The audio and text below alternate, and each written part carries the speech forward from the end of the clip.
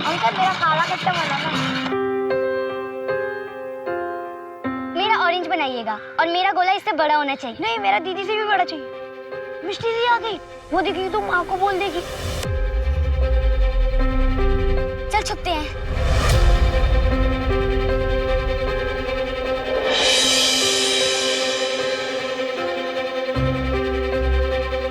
अच्छा वो चली गई। दीजिए भैया। रुक, इधर से जाएंगे तो मिष्टी दीदी देख लेंगी, इधर से चलते हैं।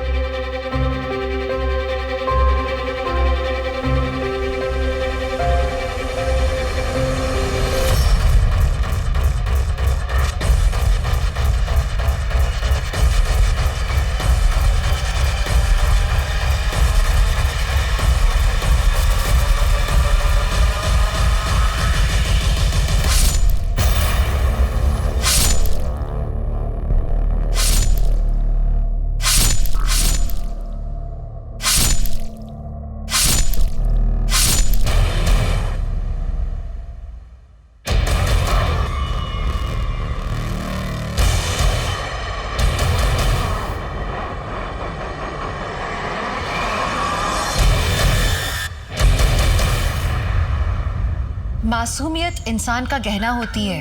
ये हमें आखिर तक अच्छा इंसान बने रहने में मदद करती है। लेकिन अगर कच्ची उम्र में बच्चों के साथ या उनके सामने कोई हादसा हो तो उसका घात सीधे उनकी मासूमियत पर होता है और उसका असर बहुत लंबे समय तक रहता है।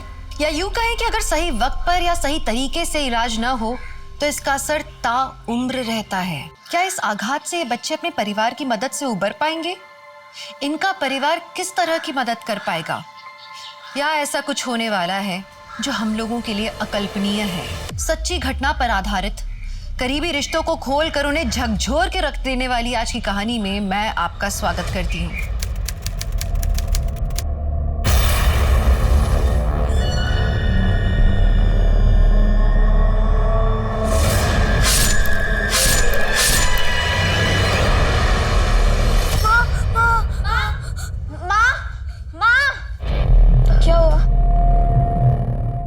क्या हुआ रोनी? फिर से सपना देखा? बेटा वो सब भूल जाओ, कुछ भी नहीं था वो। कम ऑन रॉनी, तुम ही तो एक स्ट्रांग बॉय। लगता है मेरी चैंपियन की सारी पावर चली गई, कमजोर पड़ गया। एक काम करते हैं, कल के व्लॉग में इसकी फेवरेट डिश बनाते हैं, वो खा के इसकी पावर लौट आएगी। Good idea. लेकिन हम क्या बनाएंगे? क्योंकि रोनी तो कुछ बोल ही नहीं रहा है। तो कौन सी फेवरेट डिश बनेगी इसकी? कोशा मांगशु। हेलो फ्रेंड्स, सुदीपा's किचन में आप सभी का बहुत बहुत स्वागत है। दोस्तों आज के इस वीडियो में हम बनाने जा रहे हैं कोशा मांगशु। मुझे पता है इस डिश का नाम सुन के ही आपके मुंह में पानी आ गया होगा, लेकिन ये डिश है ही ऐसी। न सिर्फ बंगाल में बल्कि पूरे विश्व में इस डिश को बहुत ज्यादा पसंद किया जाता है। तो आइए शुरुआत करते हैं इसके इंग्रेडिएंट से।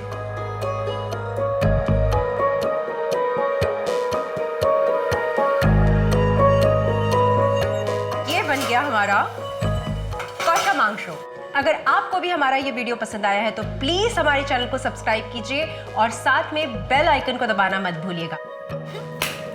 टेस्टी बनाओ। Wow, good work my team. लेकिन तुम्हारे बाबा अभी तक नहीं आए। अभी तक तो उनको आ जाना चाहिए था ना।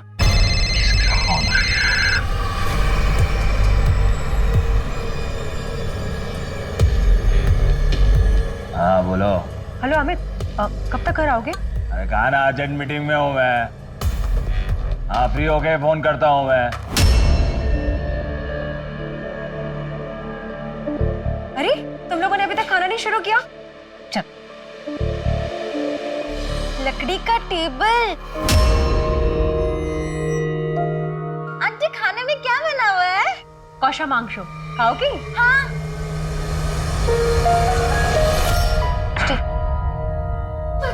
सृष्टि, ये लो मेरी चीज। रूपा दीदी, पता है आज क्या बनाया है? कोशा मांगशु। सुदीपा, तू तो पत्थर भी पकाएगी ना, उसमें भी स्वाद आ जाएगा।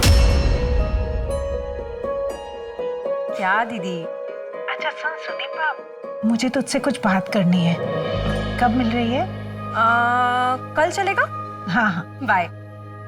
एक राजा था, बहुत बड़ा। उसके पास ना बहुत बड़ी तलवार थी और वो ना सबको मार देता था। पर डॉली, ये स्टोरी में तो कोई राजकन्या है ही नहीं। एक क्यूट प्रिंसेस, हमारी तुष्टि जैसी, और राजकुमार भी नहीं है, हमारा रानी जैसा। नेक्स्ट टाइम ना प्रिंस और प्रिंसेस को मैं बुलाऊंगी अपनी स्टोरी में। हम वेट करेंगे। बाय। नेक्स्ट टाइम प्रिंस रानी और प्रिंसेस तुष्टि। Bye aunty. बताइए ना क्यों बुलाया? अरे बताती हूँ, पहले ये तो बता बच्चे कैसे हैं? बच्चों का तो आप पूछिए ही मत, दिन भर इधर से उधर भाग दौड़। और अमित का बिजनेस कैसा चल रहा है? दीदी उनका बिजनेस थोड़ा नरम गरम चल रहा है। तेरे जमाई बाबू इतनी बड़ी प्रॉपर्टी छोड़ के चले गए, पर बच्चा ही नहीं है तो प्रॉपर्टी का क्या करें? एक बात बोलूं, अगर मैं तेरी जिम्मेदारी कुछ कम कर दूं तो तू तुष्टि मुझे दे दे, मैं संभाल लूंगी उसे। कैसी बात कर रही हैं दीदी? सारे बच्चे आप ही के तो हैं। हाँ वो तो ठीक है, लेकिन अगर तुष्टि को मैं लीगली अडॉप्ट कर लूं तो अपनी दीदी के लिए इतना नहीं कर सकती? दीदी मैं अपने बच्चों को किसी को भी नहीं दे सकती, आपको भी नहीं। सॉरी। अरे पॉकेट नहीं है। शुभ्रता को बच्चे बहुत पसंद है ना, तो इतना इंतजार क्यों करवा रही है? तू तो जानती है ना कि मेरे लिए करियर कितना इम्पोर्टेंट है। ओहो, somebody is looking very sexy। काश मैं भी आपकी तरह सेक्सी होती नैना आंटी। मिष्टी की बोल छो? खबरदार मेरे सामने ऐसी लैंग्वेज यूज नहीं करना। सॉरी माँ। कहाँ जा रही हो? रीनार बाड़ी थे, नए चैप्टर्स के नोट्स लेना है। तो रीना का नंबर देकर जाओ मुझे। आपके मोबाइल में सेव है नंबर। এখন যাবো? जाओ, लेकिन जल्दी आना। हाँ बाय। बाय। बाय मिष्टी। रीना। अरे रीना नहीं, राना। तुम मेरा जेंडर क्यों चेंज कर रही हो? अरे आई वॉज जस्ट किडिंग। माँ के बोली थी रीना से मिलने जा रही हो। पता है कल हमारे अफेयर की ना फर्स्ट एनिवर्सरी है, तो मैं ना तुम्हारे लिए कुछ लाया हूँ। Oh thank you. अब मेरा रिटर्न गिफ्ट। कम ऑन यार, अपने बॉयफ्रेंड को एक किस नहीं दे सकती हो? वैसे भी आज हमारे एनिवर्सरी का फर्स्ट डेट है। एक किस।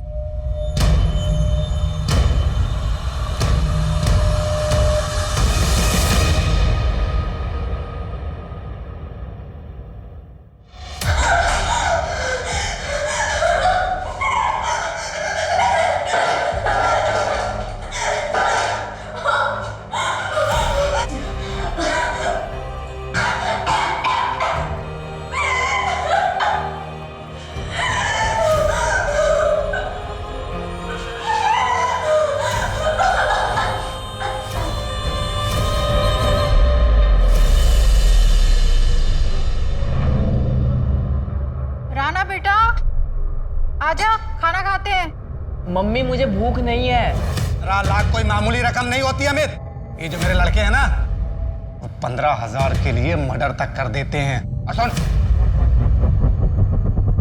अगर कल सुबह तक मुझे मेरे 15 लाख नहीं मिले तो कल सुबह का सूरज निकलेगा तो जरूर, लेकिन तेरी जिंदगी में सिर्फ और सिर्फ अंधेरा ही होगा।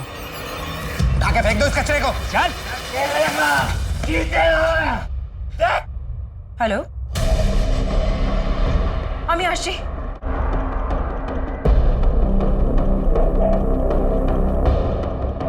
अमित, अमित,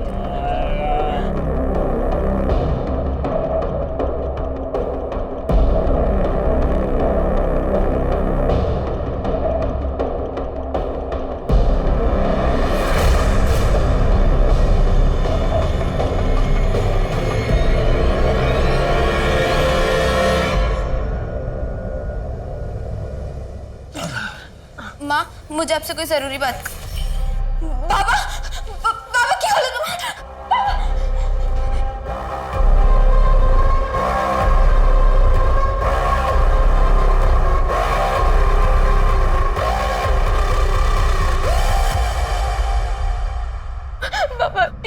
मिस्टर बेटा, अभी तुम मुझे मुझे जो अपने हाथों से दवा लगा रही थी ना, तो मुझे बिल्कुल पेन नहीं हो रहा था। बचपन में जब मुझे चोट लग जाती थी और मेरी माँ मुझे दवा लगाती थी, तब भी मुझे पेन नहीं होता था। तेरे हाथों ने ना मुझे माँ की याद दिला दी। मेरी माँ तो मुझे छोड़ के चली गई, लेकिन तू मुझे छोड़ के मत जा। नहीं बाबा, मैं कहीं नहीं जाऊंगी। मैं आपको कभी छोड़ के नहीं जाऊंगी बाबा। आ गया नारियल पानी वाला, ये लो बेटा। बाबा, तुम्ही डॉक्टर कथा सुन और आज से जूस नारियल पानी जैसे अच्छी चीजें पीना शुरू कीजिए। ठीक है माता जी, आज से मैं रेगुलर जूस पीऊंगा। ओके? आई वाह, धारी के पैसे से यहाँ पार्टी हो रही है। हाँ? क्या कहा था मैंने? आज सुबह तक मुझे मेरे 15 लाख वापस मिल जाने चाहिए। कहाँ है मेरे पैसे? कहाँ है? अरेंज कर रहा हूँ। अरेंज कर रहा है। अब देख, तेरी इस गलती की सजा किस किस को मिलती है? उठा लो बच्चों को। नहीं नहीं नहीं, अरे बच्चों को छोड़ दो, यासिर भाई, बच्चों को छोड़ दो, बच्चों को छोड़ दो, बच्चों को छोड़ दीजिए, बच्चों को नहीं। प्लीज। मैं आपको चाहिए तो आप ये ले लीजिए, ये लीजिए, ये रख लीजिए। आपके बचे पैसों के लिए मैं प्लीज 24 घंटे का समय दे दीजिए। 24 घंटे के अंदर मुझे मेरा पैसा मिल जाना चाहिए। और हाँ, कोलकाता छोड़ के जाने की सोचना भी मत। चलो।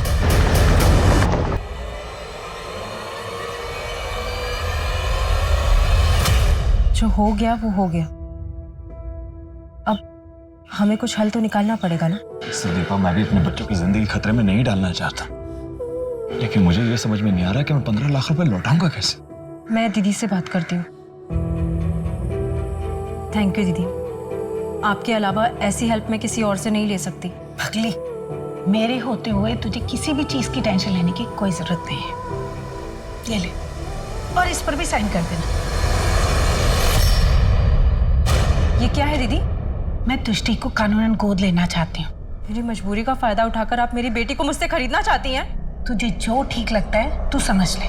दीदी, आप इतना गिर जाएंगे मैंने नहीं सोचा था। आपको दीदी कहने में शर्म आ रही है मुझे।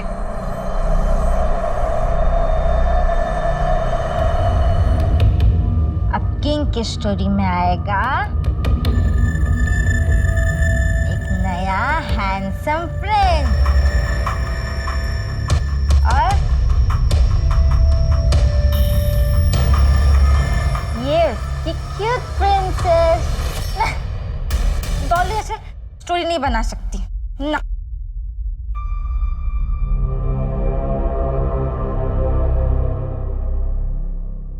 माँ कहाँ थी आप? खाने के लिए कब से वेट कर रहे हैं। चलो खाना खा दो। मिष्टी का है? दी को किसी का कॉल आया, फिर वो कहीं चली गई।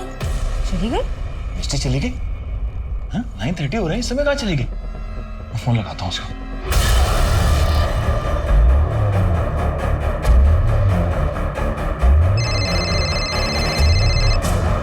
हेलो बाबा, बाबा प्लीज मुझे बचा लो प्लीज बाबा। मिष्टी बेटा, क्या हुआ?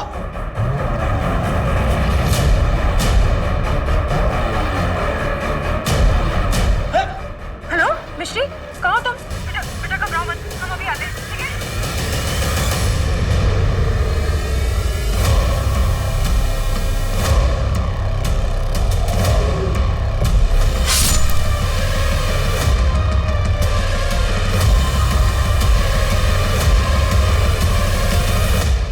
मिष्टी किसी मुसीबत में, हमें चलना होगा। क्या बात कर रही हो? एक minute. Hello, police station. Sir, Mishti की लास्ट लोकेशन यही रही है।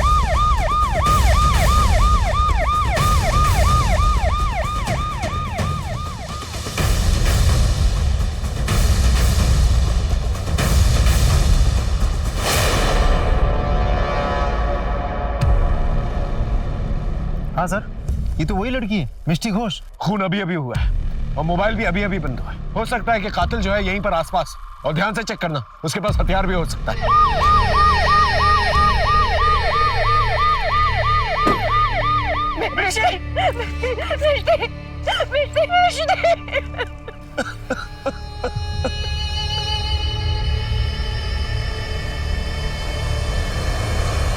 मिष्टी का कोई दुश्मन था? किसी पे शक है आपको?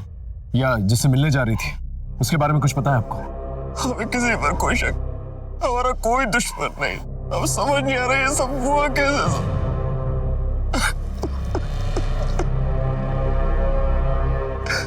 सर आपको लगता है ये आदमी सच बोल रहा है? ऐसा भी तो हो सकता है कोई झूठ बोल रहा हो।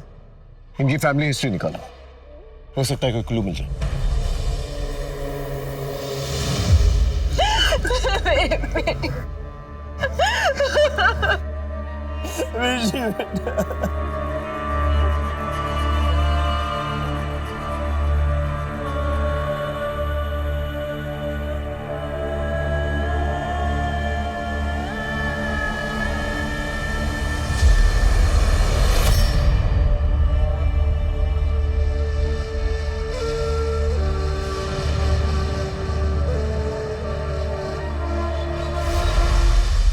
सर मैंने मिस्टी का मोबाइल स्टडी किया। उसका एक बॉयफ्रेंड राणा लगातार मिस्टी के टच में था। मिस्टी ने राणा को जो लास्ट मैसेज भेजा था उसने ये लिखा था कि किसी भी कीमत पे इस वीडियो को वो वायरल होने नहीं देगी। और उसने ये भी लिखा था कि बिजॉन और उसके दोस्तों का कहना वो मान चुकी है। इस वीडियो में क्या? सब पता नहीं चल पाया, लेकिन लग रहा है कि कुछ प्राइवेट मोमेंट्स है। और ये बिजॉन कौन है? सब पता करने की कोशिश कर रहे हैं। ठीक है, मिस्टी के बॉयफ्रेंड राणा को बुला के लेके आओ, वो ही क्लियर कर पाएगा इस वीडियो में क्या। राणा मुखर्जी है ना था क्या? हाँ, वो अपने कमरे में है, लेकिन आप लोग यहाँ क्या हुआ है? चलिए दिखाइए कौन सा कमरा है। और वो दरवाजा भी नहीं खोल रहा है, देखिए ना सर। राणा अंदर।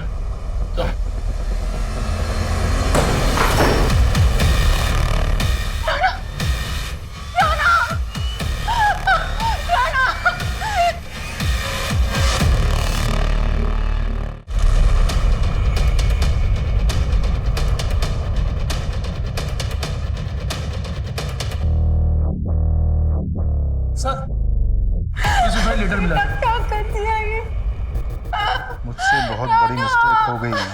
मुझे मिस्टी को किस नहीं करना चाहिए था। अगर मैं किस ही नहीं करता तो बिजॉन हमारी वीडियो रिकॉर्ड नहीं करता। ओ लैला मजनू, क्या चल रहा है ये सब? हाँ, खोलिए, हम कुछ भी करोगे? अरे अरे रुक जाओ, अपनी फिल्म में देखोगे? देखो देखो, मजे करो। ज्यादा शाना बन रहा है। प्लीज इसे डिलीट कर दो। अरे ऐसे कैसे डिलीट करो? इसको तो हम वायरल करेंगे इंटरनेट पे। प्लीज दादा, ऐसा मत करो। हमें दादा मत कहो, अच्छा नहीं लगता। बिजॉन कहो, बिजॉन। बिजॉन भाई साहब, प्लीज आप इसे डिलीट कर दो और हमें जाने दो। अच्छा ठीक है, डिलीट करता हूँ मैं इसको। लेकिन जैसे तूने इसका प्रसाद खाया वैसे मुझे भी खाना। क्या बकवास कर रहे हो तुम? मैं बकवास कर रहा हूँ? हाँ, वीडियो वायरल करो इंटरनेट पे। चलो यहाँ से। पकड़ इसको। छोड़ो उसे। मिस्टी भागो, मिस्टी भागो, मिस्टी भागो, भागो मिस्टी, मिस्टी भाग। कहाँ तक बचाएगा उसे? हाँ, देख समझदार इसी में तू अपनी गर्लफ्रेंड को समझा और बोल दे अपनी गर्लफ्रेंड को कि मेरे पास आ जाए।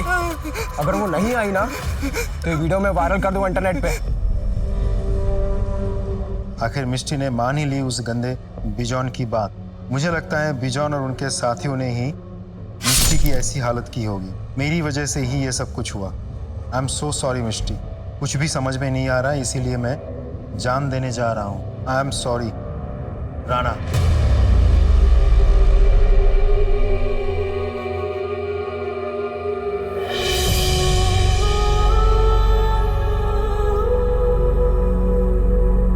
मिष्टी, माँ, दीदी तो 2 दिन पहले ही।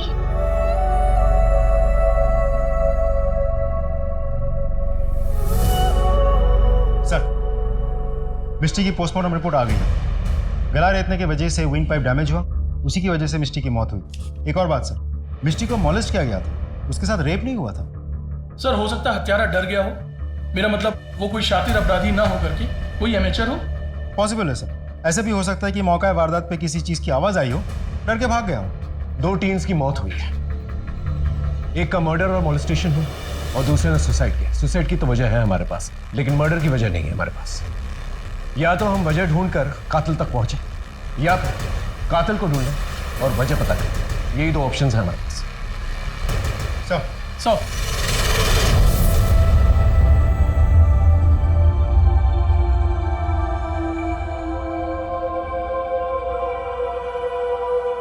रूपा,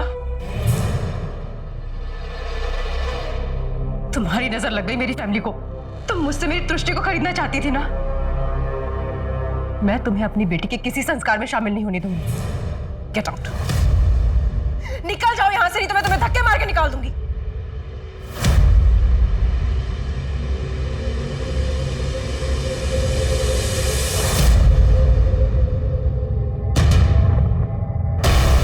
रूपा मासी, एक तो मेरी माँ मुझे आप ही को क्या किसी को भी नहीं बेचती, और अगर आप बहला फुसला के मुझे अपने साथ ले भी लेती तो भी मैं आपके साथ कभी नहीं आती और ना ही कभी आपको अपनी माँ कहती।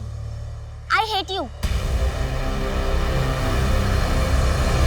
सर, मिष्टी के सारे फैमिली मेंबर्स के बारे में हम जानकारी इकट्ठा कर रहे हैं। मिष्टी के पापा अमित के बारे में एक इंटरेस्टिंग इन्फॉर्मेशन मिली है। ये अमित पक्का जुआरी है और इस जुए के चक्कर में उसके लाखों के कर्जे हो गए हैं और उसी कर्जे की वजह से किसी ने उसे धमकी भी दी है। कीप प्रोबिंग, हमें किसी भी एंगल को जो है नजरअंदाज नहीं करना है। और उससे कहो मुझसे आकर मिल। Right sir.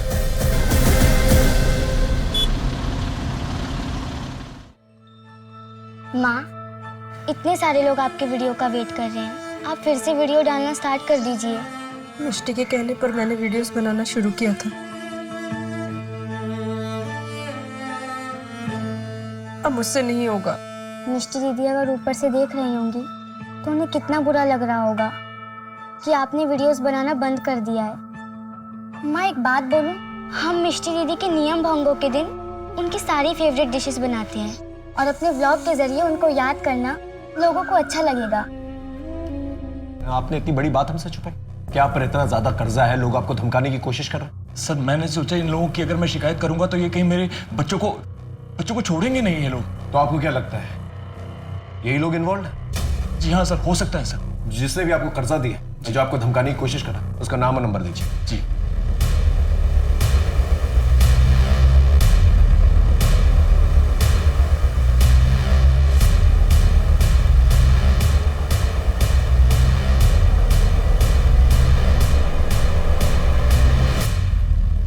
सर, लगता है यासिर भाग गया। हेलो एवरीवन,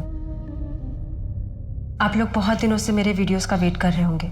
शायद आप जानते हो, मेरी बेटी मिष्टी, जिसकी वजह से मैंने ये कुकिंग के वीडियोस बनाना शुरू किए,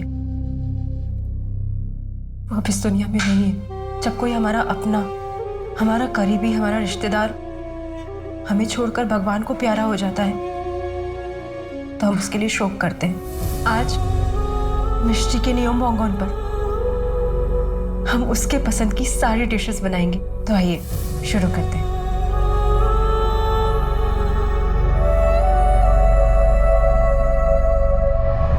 मेरे परियों की कहानी में राजकुमारी भी अपने सबको खाना देगी, सबका दिल जीतेगी और सबको ये आके बोलेंगे कि राजकुमारी ने बहुत अच्छा खाना बनाया।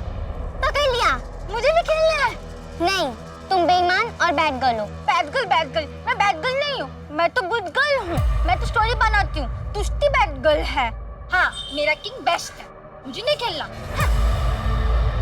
चल उसको छोड़ना, अब तू डैन देगा और मैं छुपूंगी। 1 2 3 4 5 6 7 8 मैं आ रहा हूँ।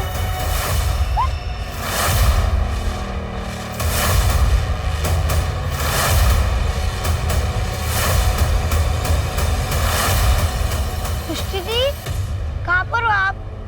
तुष्टि दी, माँ मैं और तुष्टि दी खेल रहे थे और अचानक से तुष्टि दी गायब हो गई। गायब हो गई मतलब? देखो अच्छे से, यहीं कहीं छुपी होगी। मैं आधे घंटे से ढूंढ रहा हूँ, कहीं नहीं मिली। चलो, तुष्टि, वहाँ पर। तुष्टि, सुदीपा, तुम यहाँ देखो, मैं बाहर देख कर आता हूँ। हाँ, तुष्टि, यहाँ पर। तुष्टि, तुष्टि,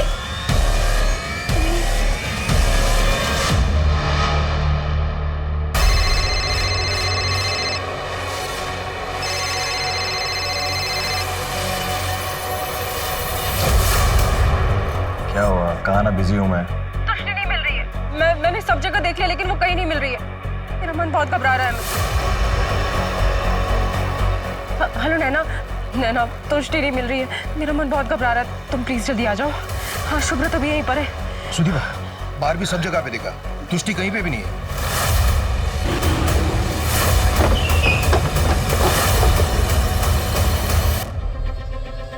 पहले हमारी मिष्टी के साथ ऐसा हो गया और अब तुष्टि गायब है सर। ये हमारे साथ क्या हो रहा है कुछ समझ में नहीं आ रहा है सर। प्लीज हमारी तुष्टि को ढूंढ लीजिए। बेटा किसी अनजान आदमी को देखा था तुमने? नहीं। कोई सस्पिशियस आदमी जो तुष्टि से बात कर रहा हो? हाँ, डॉली दीदी आई थी पर हमने उन्हें भगा दिया। ये डॉली सर पड़ोस में रहती है, बच्चों के साथ खेलने के लिए आती रहती है। वैसे बड़ी है पर दिमाग बच्चों वाला है सर।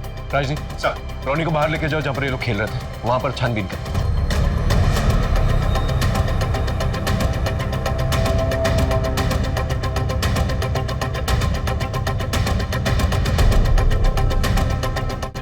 सर सब जगह देख लिया अच्छे से, तुष्टि कहीं नहीं है। आसपास कोई सीसीटीवी? नहीं सर। तुष्टि के फोटोग्राफ्स को आसपास के पुलिस स्टेशन में भेजो और जितनी भी सड़कें हैं, गाड़ियां हैं, नाकाबंदी करवा था।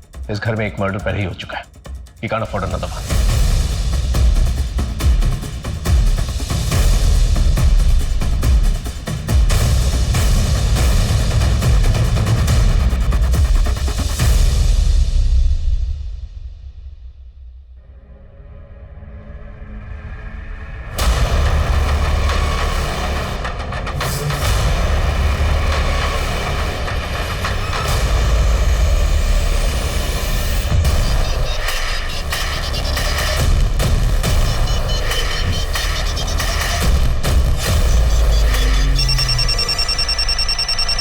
That's really sad.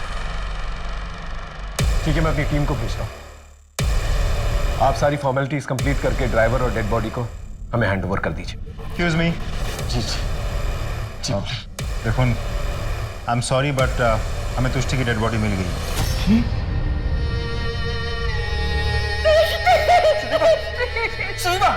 संभालिए। अरे बेटा, बच्चा, रोनी को क्या हो गया? रोनी, बेटा, रोनी, रोनी को क्या हो गया? रोनी। जिस बात का डर था वही हुआ। सुदीपा की एक और बेटी की हत्या कर दी गई। क्या होगा? क्या ये घिनौना खेल अब रुकेगा? क्या एक माँ अपने बिखरते हुए परिवार को बचा पाएगी? क्या वो इस तूफान में अपने बिखरते हुए रिश्ते नातों को संजो के रख पाएगी? लेकिन जब खुद की हिम्मत टूटने लगे तो कोई ऐसी विपरीत परिस्थितियों से कैसे लड़े? बोलेगा? हाँ, मैंने लड़की को नहीं मारा साहब। बॉडी को तूने ही टेम्पो में डाला था? नहीं साहब। अगर तूने नहीं डाला तो किसने डाला? मैं भी इस बात से हैरान हूँ कि उस लड़की की बॉडी मेरे टेम्पो में कैसे आई साहब। टेम्पो कहाँ से लोड किया था? नाई वाली मंडी है ना, वहाँ नाके पे से। उस वक्त तो गोनी तेरे टेम्पो में थी? नहीं साहब, जब हम टेम्पो में माल लोड करते हैं ना तभी गोनी चेक करके डालते हैं साहब। बीच में कहीं रुका था? हाँ साहब। कहाँ पर? खाना खाने के लिए ढाबे पर रुका था साहब।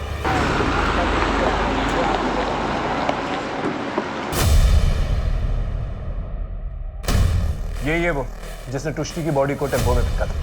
लेकिन सर इसने तो चेहरे पे रुमाल बांध रखा है और टोपी भी पहन रखी है। राइट, क्योंकि उसे बहुत अच्छे से पता है यहाँ सीसीटीवी लगे हैं और हम फुटेज चेक करेंगे। बहुत ही स्मार्ट प्लेयर है, हमेशा हमसे 2 कदम आगे। ये जो कोई भी है इस तुष्टि के घर की ज्योग्राफी को अच्छी तरह से जानता है। पहले मिष्टी का मर्डर हो जाता है, उसको मोलेस्ट करने की कोशिश करते हैं लेकिन उसका रेप नहीं होता है। फिर बाद में तुष्टि गायब हो जाती है और फिर तुष्टि की लाश जो है घर से दूर ट्रक में किसी ढाबे के पास मिलती है। वो एक कड़ी तो है जो इन सब कड़ियों को जोड़ सकती है। एक काम करो राजदीप, जितने भी फैमिली मेंबर्स हैं, आस पड़ोस के लोग हैं, पुराने नौकर चाकर, प्रोफेशनल दोस्त, दुश्मन, सब, इन सब की एक लिस्ट निकाल, उन सबसे पूछताछ कर। दरिया में खसखस ढूंढने वाली बात है।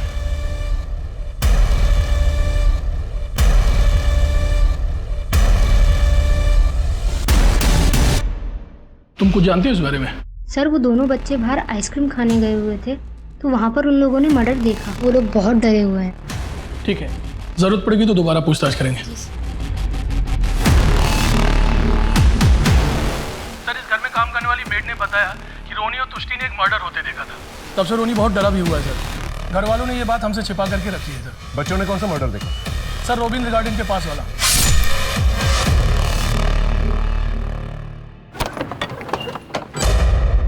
रोबिंद्र गार्डन में जो मर्डर हुआ था उसे तुष्टि और रोनी ने अपनी आंखों से देखा। ये बात आपने हमें बताई क्यों?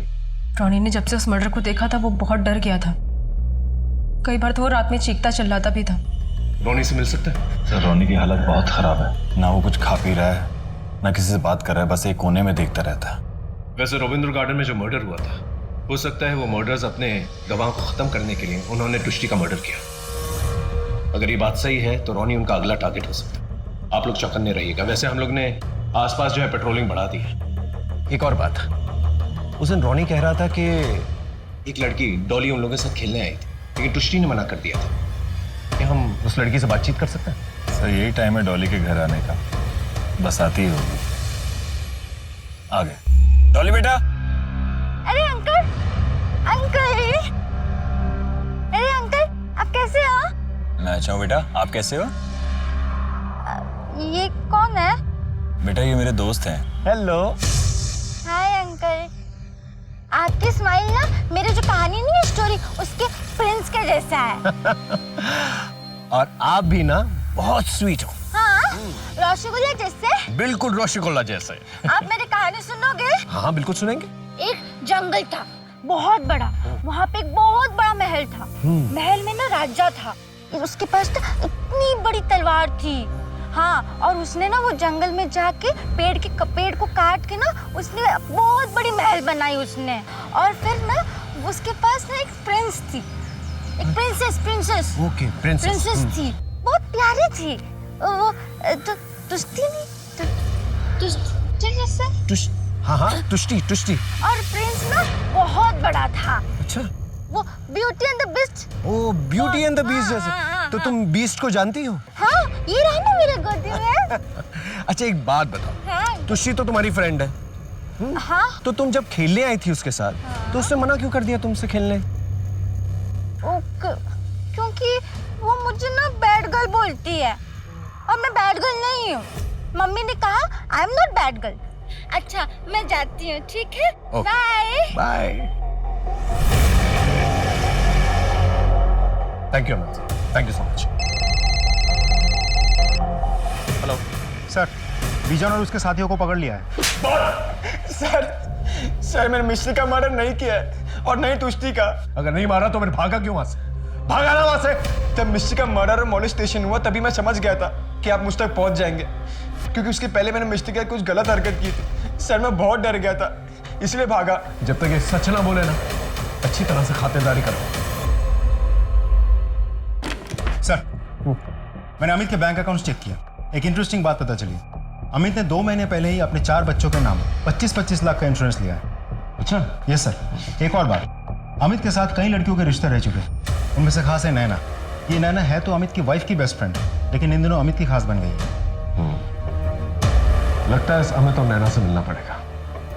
आपने ठीक कहा सर। नैना के साथ एग्जैक्टली आपका क्या रिश्ता है? तो आपको नैना और मेरे रिश्ते के बारे में पता चल चुका है। मेरे पति आदमी अच्छे हैं, लेकिन मर्द कमज़ोर है। मुझे चाहिए था कि कोई मेरी केयर करे, और तब मेरी मुलाकात अमित जी से हुई। मुझे ऐसा लगा कि मेरी तलाश पूरी हो गई है। साथ ही मुझे गिल्ट भी था, सुदीपा के लिए गिल्ट फील होता था। आपका वाइफ है, सब जानते हो? सर मुझे इस बात से कोई फर्क नहीं पड़ता कि उसे पता है या नहीं पता है। वो अपने कुकिंग के वीडियोस बनाए और उसमें खुश रहे। मेरे बहुत सारे अफेयर्स हैं, उनमें से नैना भी एक है। अमित की बातों से कभी ऐसा लगा आपको कि एक्स्ट्रा मैरिटल अफेयर के अलावा वो कोई संगीन जुर्म भी कर सकता है? वो रोमांटिक ज़रूर हैं, लेकिन वो अपने बच्चों को नहीं मार सकते। अमित जी, आपने अपने बच्चों के लिए इतनी महंगी पॉलिसीज ली, आप पे लाखों का कर्जा है, साथ ही आपकी वाइफ की बेस्ट फ्रेंड के साथ आपका अफेयर चल रहा है, और अब एक के बाद एक आपकी दोनों बेटियों की मौत हो जाती है। अमित जी, इतना सब कुछ कोइंसिडेंस नहीं हो सकता। अगर आपके पास कोई सबूत है या चश्मदीद गवाह है तो लेकर आइए, बात करते हैं। चलता हूँ। नमस्कार। घिन आ रही मुझे अपने आप से। मेरा हस्बैंड मेरी बेस्ट फ्रेंड के साथ, मैं तो कह भी नहीं पा रही हूँ। मेरी नाक के नीचे इतना सब कुछ चल रहा था और मुझे कुछ भी पता नहीं चला। लेकिन तुम लोगों को जो करना था तुम लोगों ने कर लिया, और आगे भी तुम लोग जो करना चाहते हो कर सकते हो, क्योंकि अब तुम दोनों का मेरी जिंदगी में कोई अस्तित्व ही नहीं है। मैं जा रही हूँ टीटू और रोनी को अपने साथ लेकर। सुदीपा, ये क्या कह रही हो तुम? कहाँ जाओगी और कहाँ रहोगी? मेरे घर। सुदीपा की बहन भी जिंदा है। हम दोनों के बीच चाहे कितने ही मनमुटाव क्यों ना हो, चाहे कितने भी झगड़े क्यों ना हो जाए, हमने रिश्तों में कभी धोखेबाजी नहीं की।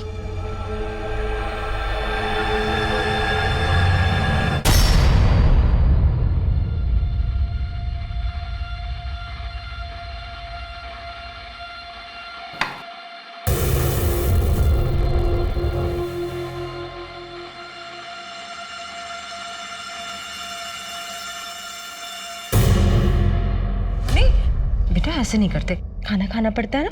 मुझे भूख नहीं है। मुझे भी भूख नहीं है, मुझे भी नहीं खाना। टीटू बात तो सुन। टीटू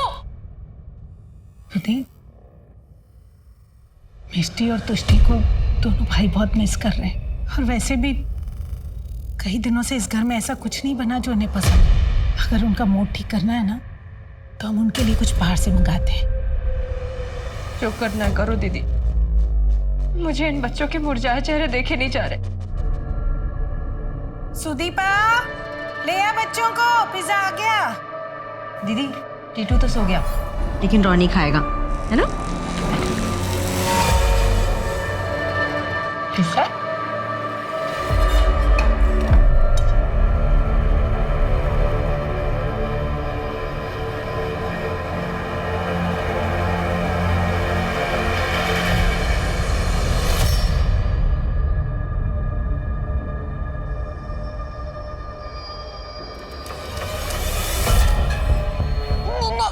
रॉनी, रॉनी, रॉनी, क्या हो गया बेटा? दीदी, रॉनी, रॉनी, रॉनी, क्या हो? अरे उल्टी। दीदी प्लीज डॉक्टर को बुलाइए, please. Ronnie, I am sorry, हम रोनी को बचा नहीं पाए।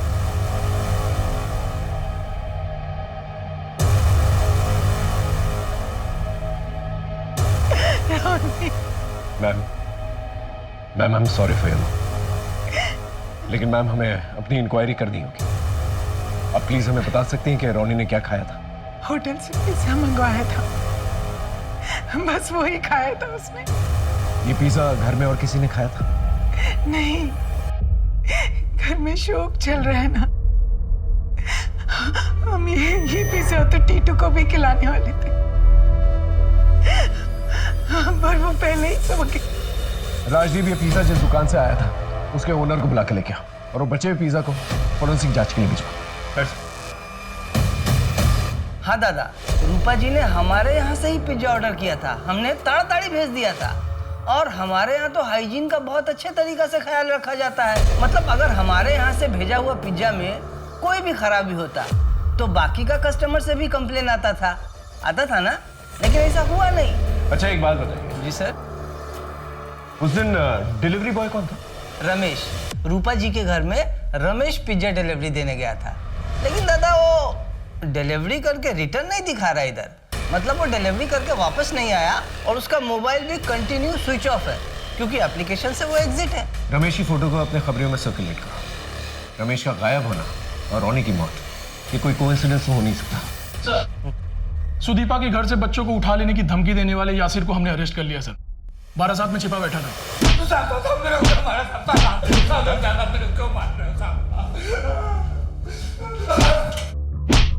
सर, बहुत मोटी चमड़ी का है, इतना पिट रहा है फिर भी कुछ नहीं बोल रहा है। कैसे नहीं बोलेगा? चलो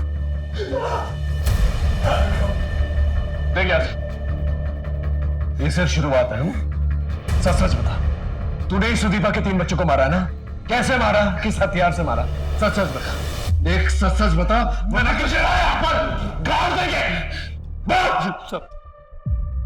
ये सच है कि मैं अमित से मिलने गया था और उसके बच्चों को उठा ले जाने की धमकी भी दी थी, लेकिन अम्मी कसम साहब मैंने किसी बच्चे को नहीं मारा। जब मिष्टी की मौत की खबर मिली तो मैं डर गया। मैं सोचा कि कुछ दिनों के लिए अंडरग्राउंड हो जाता हूँ, क्योंकि मुझे मालूम था आप लोग सबसे पहले मेरे को ही उठाएंगे। मैं एक छोटा मोटा धंधा करता हूँ साहब, मेरे पैसे थे अमित के पास। सर, उस गायब डिलीवरी बॉय की लास्ट लोकेशन मिल गई।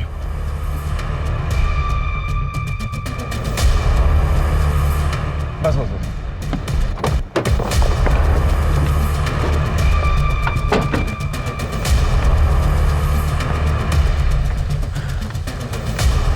ये डिलीवरी बॉय का लास्ट लोकेशन। सर, ये तो रूपा के घर के बिल्कुल पास की लोकेशन है।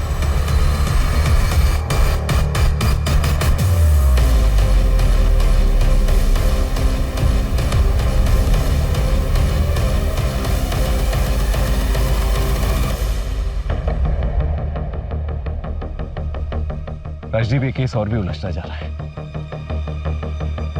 आसपास देखो, कोई सीसीटीवी कैमरा, उसकी फुटेज चाहिए मुझे।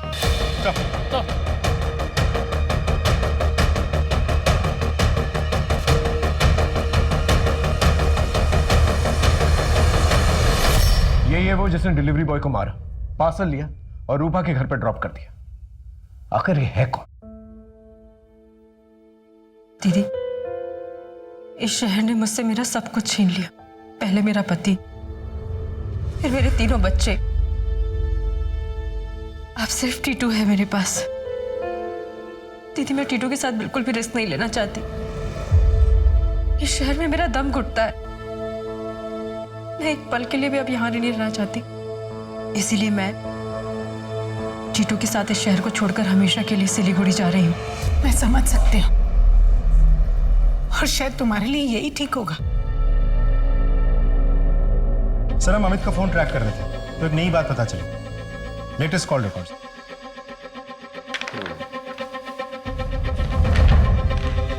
जहां पर डिलीवरी बॉय की मौत हुई थी वहीं पास में जो है रूपा का घर भी है और बीच में नैना का भी फोन आता है। जिस बात का डर है वही होने वाला है। अमित और नैना को लेके आओ। लेकिन अमित का फोन तो बंद आ रहा है, घर पे भी ताला लगा हुआ है।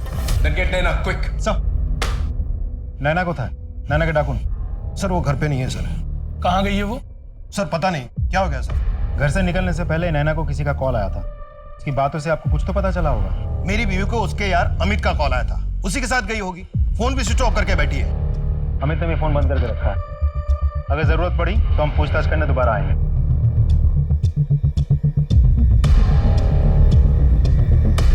सर, ये अमित और नैना दोनों गायब है। दोनों के फोन बंद है। अमित रूपा के घर से निकल के नैना के घर की तरफ जाता है, फिर अमित और नैना दोनों मिलकर जो है डायमंड हार्बर की तरफ जाते हैं। डायमंड हार्बर वो जगह है जहां पर बहुत सारी क्रिमिनल एक्टिविटीज होती है और बहुत सारे क्रिमिनल्स हैं। तो हो सकता है दोनों के दोनों मिलकर जो है कुछ प्लानिंग कर रहे हैं, क्योंकि वहां पर जाके उनका मोबाइल फोन स्विच ऑफ हो जाता है।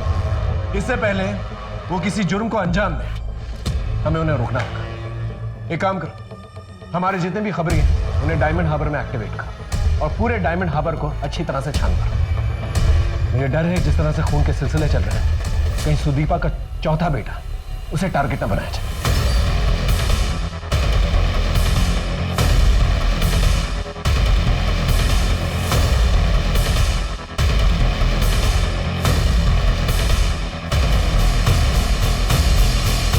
सर, एक खबर मिली है।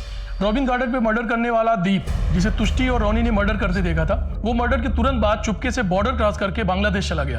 तो उसका इन बच्चों के मर्डर्स के साथ कुछ लेना देना नहीं है। तो आखिर ये मर्डर है कौन और मर्डर किया क्यों? सर, आपके ऑर्डर के अनुसार हमने घर पे सभी मेंबर्स के मोबाइल्स चेक किया, डेटा खंगाले, लेकिन घर के सबसे छोटे बच्चे टीटू के मोबाइल रिकॉर्ड्स पर हमने ध्यान ही नहीं दिया। और सबसे इंपॉर्टेंट लीड हमें उसी के मोबाइल से मिली। क्या? हाँ सर, इस मोबाइल से सिर्फ एक ही नंबर पर बात होती थी, जो कि डायमंड हार्बर एरिया में रजिस्टर्ड है। एड्रेस तो सही है लेकिन नेम फेक है। और ये वही डायमंड एरिया है जहां पर अमित अपनी गर्लफ्रेंड को लेकर गया है। हाँ सर, वो डायमंड हार्बर एरिया में रजिस्टर्ड फोन नंबर मिष्टी, तुष्टि और रोनी, इन तीनों के क्राइम सीन पर और क्राइम के टाइम पर लोकेट हुआ है। और सर, ये नंबर वेलकम धाबा पे भी लोकेट हुआ है, जब तुष्टि की बॉडी को टेम्पो में डाली गई थी। सुदीपा को सावधान किया? हाँ सर, हमने कॉल किया था लेकिन वो सिलीगुड़ी के लिए निकल चुकी थी। उनकी बड़ी बहन ने कहा कि इन दिनों उनका मन कोलकाता में नहीं लग रहा था और सबसे छोटे बच्चे को लेकर भी वो बहुत परेशान रहती थी। उस मर्डर का मोबाइल अभी करंटली कहाँ लोकेट हुआ है? सर, एक मिनट चेक करना होगा। हाँ सर, करंटली सिलीगुड़ी जाने वाले हाईवे के पास ही। Let's go sir.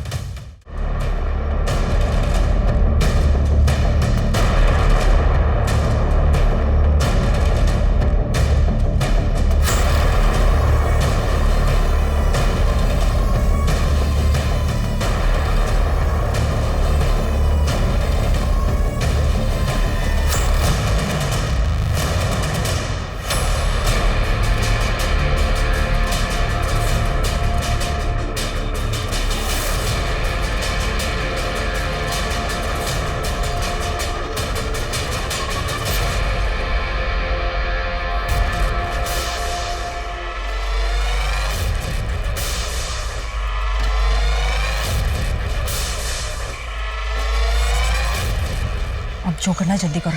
अगर 100 करोड़ गया ना तो मारना बहुत मुश्किल हो जाएगा। यार, इतने छोटे बच्चे को मारना है, थोड़ी हिम्मत तो बढ़ाने दो। जल्दी करो।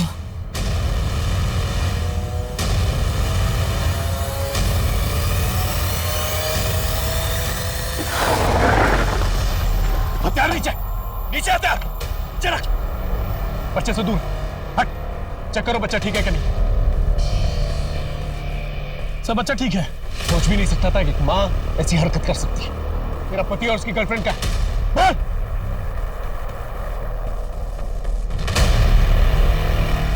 वो जिंदा है, जल्दी से हॉस्पिटल लेके जा। सर, सुनील से मैं कॉलेज के समय से प्यार करती हूँ। एक बार कुछ सड़क छाप लड़कों ने मुझे छेड़ा था। सुनील को बहुत गुस्सा आया तो सुनील ने उन लड़कों को दौड़ा दौड़ा कर मारा, लेकिन बदकिस्मती से उनमें से एक लड़का मर गया, जिसकी वजह से सुनील को 12 साल की जेल हो गई। इस बीच माँ बाबा ने मेरी शादी अमित के साथ करा दी, लेकिन सुनील जैसे ही जेल से छूटा वो मुझसे मिलने आया। सुनील को देखकर मुझे उससे मिलने की इच्छा और बढ़ गई, और इसी बीच मुझे पता चला कि अमित का बाहर और बहुत सारी लड़कियों के साथ अफेयर चल रहा है।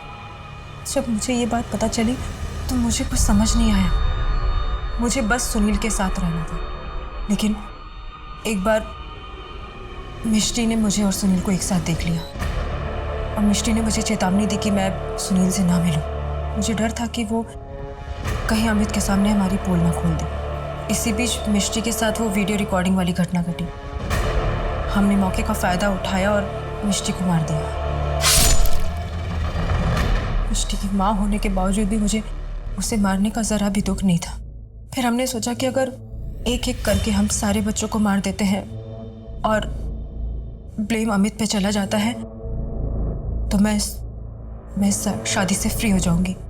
पता नहीं कहाँ से नैना को सुनील के कोलकाता में होने की खबर लग गई, और वो अमित को लेकर सुनील के पास डायमंड हार्बर आ गई। सुनील ने किसी तरह से उन्हें बेहोश किया। हमारा प्लान था कि हम दोनों को गाड़ी की डिक्की में भरेंगे और हाईवे के पास वाले जंगल में उन्हें मारकर उनकी बॉडी वहीं कहीं ठिकाने लगा देंगे, और टीटू को भी वहीं मारकर फेंक देंगे। मैंने बहुत सारे क्रिमिनल्स देखे, लेकिन माँ का ऐसा कोई घिनौना रूप नहीं देखा मैं। माँ और ममता के नाम पर कलंक हो। मैं पूरी कोशिश करूंगा कि तुम दोनों को कम से कम फांसी की सजा जरूर।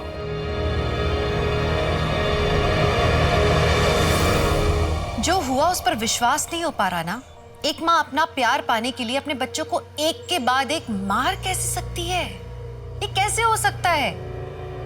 हो सकता है क्योंकि ये हुआ है। इंसान के अंदर सत और असत का संघर्ष हमेशा चलता रहता है।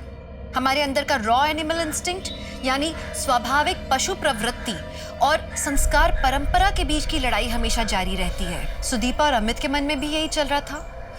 वो अपने एनिमल इंस्टिंक्ट से हार गए और उनके 3 बच्चे, उनकी जान चली गई। जब इंसान अकेला होता है तो इसके परिणाम भी सीमित होते हैं, लेकिन जब इंसान शादी करके बच्चे पैदा करके अपनी पशु प्रवृत्ति से हारता है तो परिणाम बहुत भयंकर होते हैं। आज की कहानी से सीखने को ये मिलता है कि इंसान को हर गलत मोड़ पर रुकने का मौका मिलता है, बशर्ते वो सतर्क रहे। जैसे एक मौका सुदीपा को मिला था जब वो जेल से छूटकर नई जिंदगी शुरू करने वाली थी। तब उसे अपने पुराने प्रेमी सुनील से बच के, उससे दूर रह के आगे होने वाली तबाही को रोकना चाहिए था।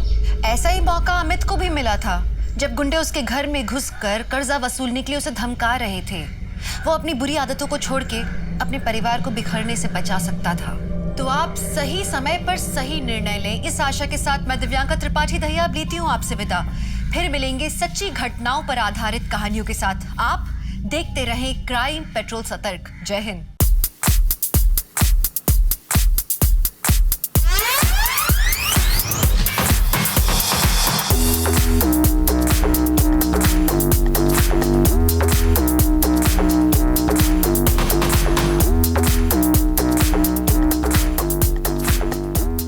कहते हैं शराब हर गम पी जाती है, लेकिन मेरे लिए ये ज़िंदगी का सबसे झूठा फलसफा साबित हुआ। मैं जाम पे जाम खाली करती गई, लेकिन मेरे गम नहीं मिटे, और फिर भी मैं खुद को खोने का जश्न मनाती रही।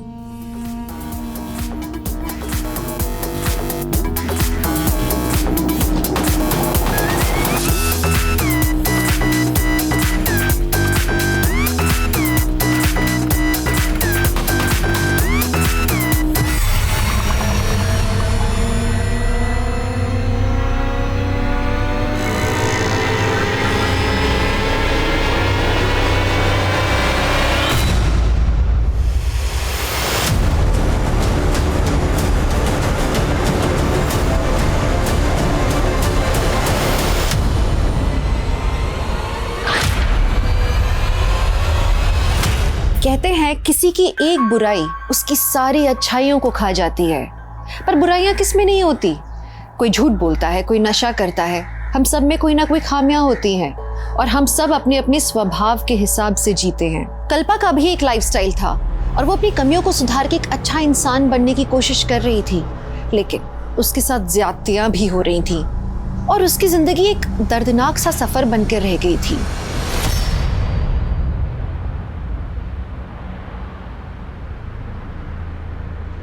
जिंदगी से भागते भागते थक गई थी मैं, समझ ही नहीं पा रही थी आखिर मेरी मंजिल थी क्या।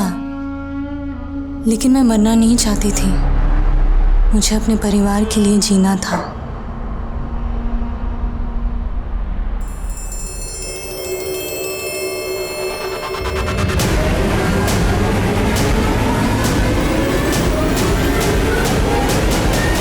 ये एक ऐसे गुनाह की कहानी है जहां क्राइम सीन का मंजर, अपराध का मकसद और अपराध का तरीका अचंभे से भरा हुआ था। साइड करो, साइड करो, चलो हट जाओ, सामने मत आओ कोई।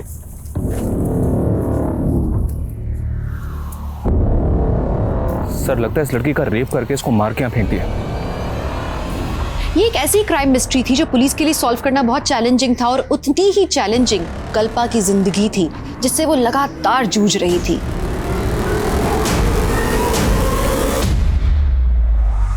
मैम, मैं जानती हूँ नशा करते वक्त इंसान अपनी परवाह करना भूल जाता है, लेकिन मुझे जिंदगी कभी रास ही नहीं आई। तुम यहाँ रहकर 40 दिन का एक सेशन पूरा करो और इसके बाद तुम शराब को कभी हाथ नहीं लगाओगी। लेकिन मैम, मुझ पर काफ़ी कर्जा है, मैं 40 दिनों के लिए जॉब से छुट्टी नहीं ले सकती। क्या आप प्लीज़ मुझे कोई दवा सजेस्ट नहीं कर सकती? कल्पा, नशा दवा से नहीं, तुम्हारी स्ट्रॉन्ग विल पावर से ही छूटेगा। और क्या बाहर रहकर तुम खुद पर कंट्रोल कर पाओगी? बेबे तू कंट्रोल से बाहर होती जा रही है। वो कुड़ी तेनू मेरे खिलाफ भड़का रही है ना, मैं तेनू ओदे नाल नहीं रहन दवांगा। मैं हुणे ओदा सामान चक के बाहर फेंकता हूं। रुक तेजिंदर, रुक जा। खबरदार जो तूने उसके सामान को हाथ लगाया। वो ना मेरी पीछे है, किराया देती है मैनू। तू ना मेरे गुजारे के लिए मुझे खर्चा नहीं देता। अकेला छोड़ के गया था तू मैनू। अकेला छोड़ गया था तू याशी करेगी? अपनी बेबे को तू याश बोलता है? अरे शर्म नहीं आती तेनू? चल निकल यहाँ से, दफा हो जा। बेबे तू उस लड़की के लिए मेरी इज्जत तार रही है ना, देख लूंगा तुझे। खस मानू खानिया। आंटी क्या हुआ ये तेजिंदर भैया इस तरह? अरे नाम मत ले उस कुत्ते का, सारे मूड की ना बैंड बजा के चला गया। चिल्ला चिल्ला के ना मेरा गला सूख गया है। तू जुगाड़ लाई है?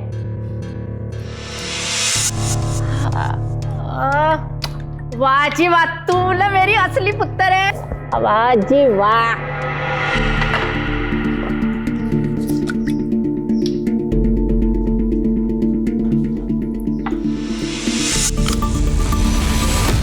कल्पा, नशा दवा से नहीं, तुम्हारी स्ट्रॉन्ग विल पावर से ही छूटेगा।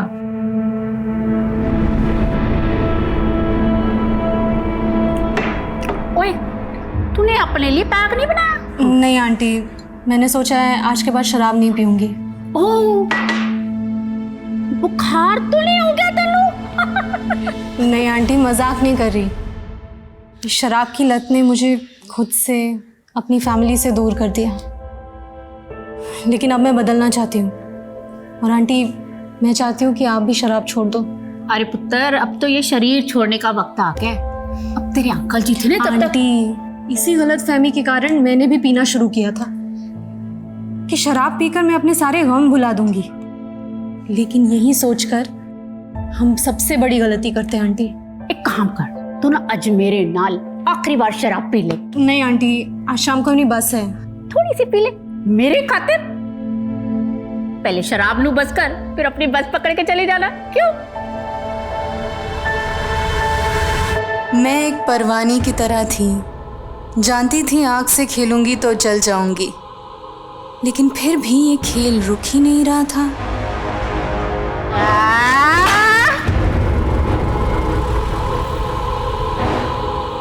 टाइम क्या हुआ बेटा? 8:30 हो रहे आंटी। सर दर्द से फटा जा रहा है। एक काम करना, कंडक्टर से पूछना कि खाने के लिए बस कब रुकेगी। प्लीज बेटा। ठीक है आंटी।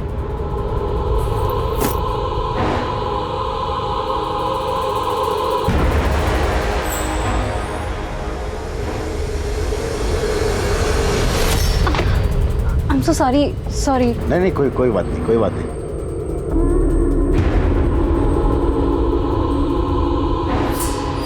भैया ये डिनर के लिए गाड़ी कहाँ रुकेगी?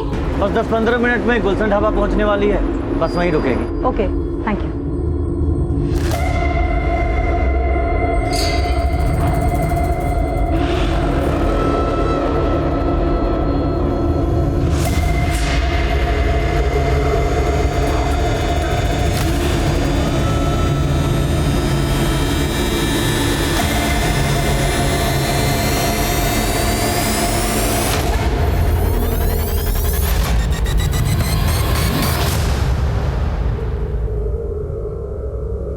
खाना खाएगी तू?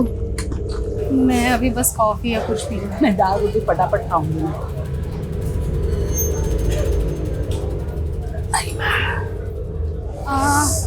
आंटी मैं अभी आती हूँ।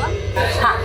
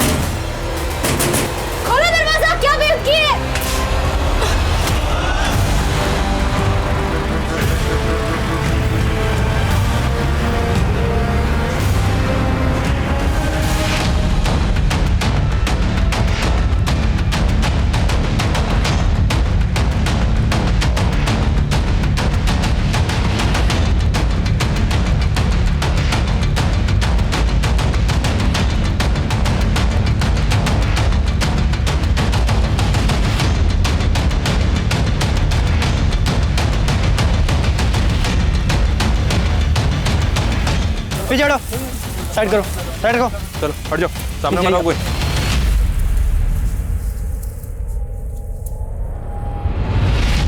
सर लगता है इस लड़की का रेप करके इसको मार के यहाँ फेंक दिया।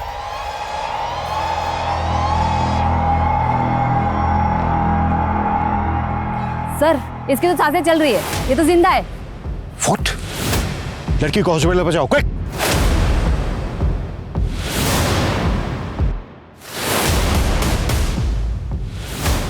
सर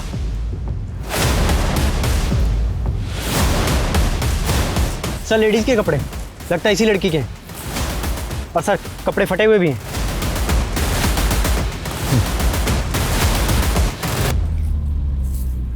मनीष सर, ये देखो ब्लड का निशान।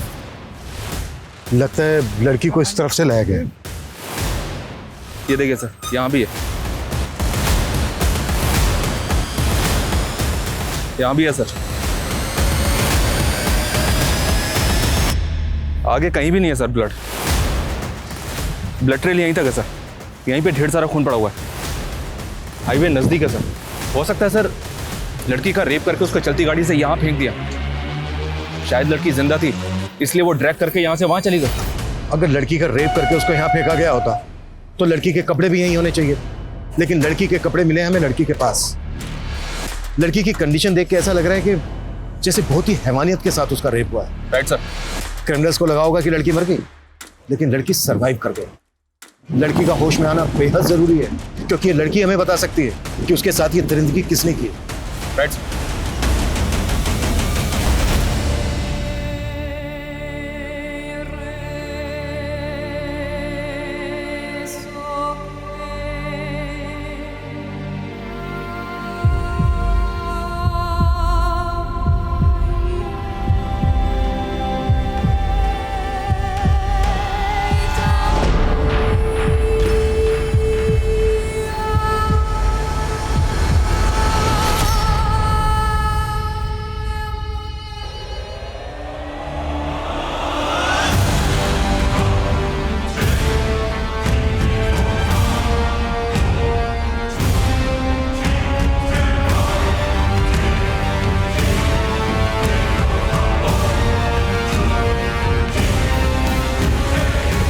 ऑफिसर, वो लड़की कोमा में चली गई है। डॉक्टर, इस लड़की का स्टेटमेंट लेना हमारे लिए बेहद जरूरी है। उस कंडीशन से बाहर कब आ पाएगी? फिलहाल ये बता पाना मुश्किल है। ये मिरेकल ही है कि वो इस कंडीशन में भी जिंदा है। उसकी गर्दन और शोल्डर पे कई फ्रैक्चर्स भी हैं। उसकी चोटों को देखकर लगता है जैसे वो एक सीरियस रोड एक्सीडेंट का शिकार हुई है। और जब वो यहाँ लाई गई थी तो उसके कई जख्म सूखे हुए थे। लगता है जैसे वो तकरीबन 15-16 घंटे से तड़प रही होगी। मतलब कल रात लगभग 12 बजे के आसपास उसको ये जख्म दिया गया है। अच्छा डॉक्टर, हमें लग रहा है कि लड़की के साथ गैंगरेप भी किया गया है। हमें भी ऐसा लग रहा है। हमने सीमन सैंपल्स भी कलेक्ट किए हैं जो हमने जांच के लिए भेज दिए हैं, जिससे हमें पता लग जाएगा कि उसके साथ कितने लोगों ने गैंगरेप किया है। पिछले 24 घंटे से वो लड़की जिंदगी से जूझ रही। हमें भी खुद को चैलेंज देना है। अगले 24 घंटे के अंदर हमें उस लड़की की पहचान पता करनी है, ताकि हमें यह पता चल सके कि वो लड़की उस जगह पर कैसे पहुंची और उसके साथ ये दरिंदगी किसने की। लेकिन सर, हमें किसी भी थाने में उसकी कोई मिसिंग कंप्लेंट नहीं मिली। आसपास भी इंक्वायरी की लेकिन कुछ भी हासिल नहीं हुआ। हो सकता है सर वो लड़की इस एरिया की हो ही नहीं। भले ही वो लड़की इस एरिया की ना हो, पर उसके गुनहगार तो इस एरिया के हो सकते हैं। इस एरिया के जितने भी उठाए गए हिस्ट्री शीटर हैं, सबको उठाओ, कुटो। पुलिस कोई कोताही नहीं बरत रही थी। उन्होंने कई लोकल गुंडों और हिस्ट्री शीटर्स को इंटरोगेट किया, लेकिन कोई सफलता हासिल नहीं हुई।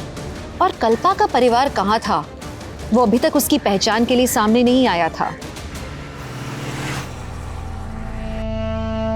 कल्पा, उठ जा बेटा, 8 बज गए। उठो उठो जल्दी, उठो ना बेटा। चलो उठो, 8 बज गए ना बेटा, उठ जाओ। मंजुला, सोने दे इसे कुछ देर और। वैसे भी आज संडे है, इसे कौन सा कॉलेज जाना है? पर पापा, आप संडे को कहाँ जा रहे हो? फैक्ट्री में बड़ा ऑर्डर आया है। संडे का एक्स्ट्रा पार्टी कमाने का मुझे भी मौका मिला है। नहीं नहीं पापा, आप वैसे ही रोज ओवर टाइम करते हो। कम से कम संडे को तो आराम कर लिया करो। एक बेटी का बाप हूँ मैं। कल को तेरी शादी भी तो करनी है। नहीं, मुझे शादी नहीं करनी। बीए पूरा होते ही मैं भी जॉब करूंगी। मुझे आपका हाथ बटाना है। इतनी जल्दी मुझे विदा करने का मत सोचो आप लोग।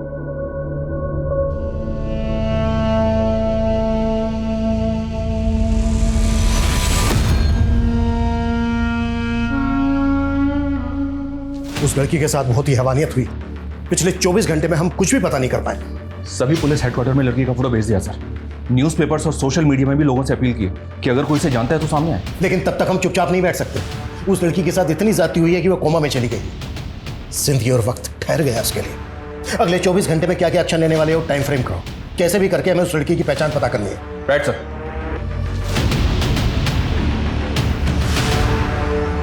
मेरे जख्मों ने मुझे नई पहचान दी है। मत पूछ कि अब जिंदगी ने क्या सौगात दी है।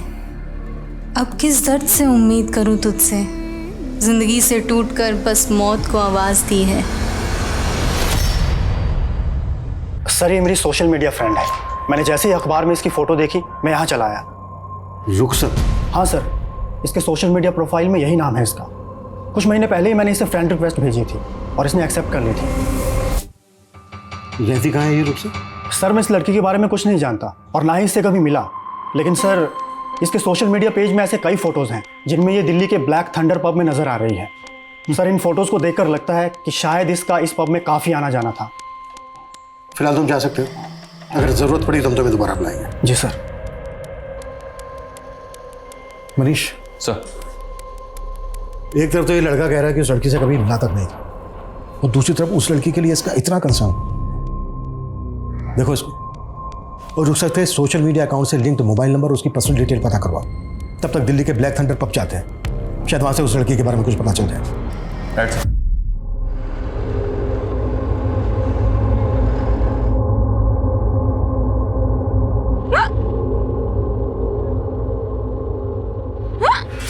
लगता है तुम्हें कोई याद कर रहा है बेटा।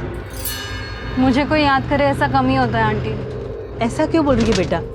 तेरे अपने तुझे क्या याद नहीं करते? एक काम कर, ये टॉफी खा ले, हिचकियाँ कम हो जाएगी। ले। नहीं, मैं ठीक हूँ आंटी। अरे ये खा ले और भी ठीक हो जाएगी। ले खा। Thank you.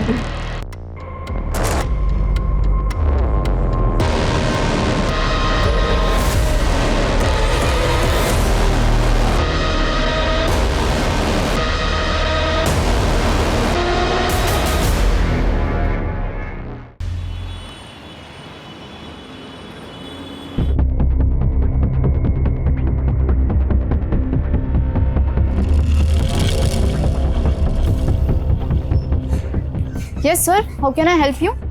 Inspector Abhimanyu Jindal, Rajasthan police. इस लड़की का इस पब में काफी आना जाना है। कौन है ये? सर ये कल्पा है। कल्पा? हाँ सर, हमारे इसी पब में काम करती है। She is a waitress. Kalpa यहाँ दिल्ली में काम करती है, तो फिर वो यहाँ से 90 किलोमीटर दूर भिवाड़ी कैसे पहुंची? सर ये सब तो मालूम नहीं, लेकिन वो कई दिनों से छुट्टी पर थी। रहती कहाँ है कल्पा? वैसे तो वो हिसार की रहने वाली है, लेकिन वो पोमिला आंटी के साथ पीजी रहती है, और पोमिला आंटी भी हमारे रेगुलर कस्टमर है। कल्पा इस पब की एक कस्टमर के यहाँ बिजी रहती है। सर कल्पा में हर किसी को अपना बनाने की क्वालिटी है, और सभी लोग उसे लाइक करते हैं यहाँ। और पोमिला आंटी से तो उसकी इमोशनल बॉन्डिंग हो गई थी। सर पोमिला आंटी अकेली रहती थी, इसलिए उन्होंने कल्पा को अपने साथ रख लिया था। ये सोशल मीडिया अकाउंट कल्पा का ही है? हाँ सर।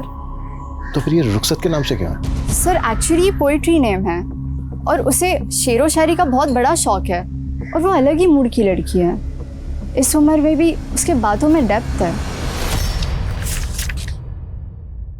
अब जिंदगी पे मौत भारी है, मुझे गले लगा लो, अब रुखसत की बारी है। अब सॉरी मैम, वो मेरी फ़ोन की बैटरी चली गई थी, नया शेर भूल ना जाओ तो इसीलिए मैं लिख दिया। I am so sorry. लेकिन तू ऐसे थॉट्स लाती कहाँ से कल्पा? दर्द को जुबान दे दो तो शेर भी बन जाते हैं। लेकिन तेरे दर्द सिर्फ तुझे शायर नहीं, तुझे शराबी भी बना रहे हैं। सर उसे शराब की बहुत बुरी लत लग गई थी। कुछ तो ऐसा था जो उसे अंदर ही अंदर परेशान कर रहा था। कल्पा इस वक्त जिस हालत में है, तुम्हें किसी पर शक है? कौन कर सकता है उसके साथ इतनी दरिद्री? नहीं सर, लेकिन कुछ टाइम पहले उसके साथ बहुत बुरा हुआ था।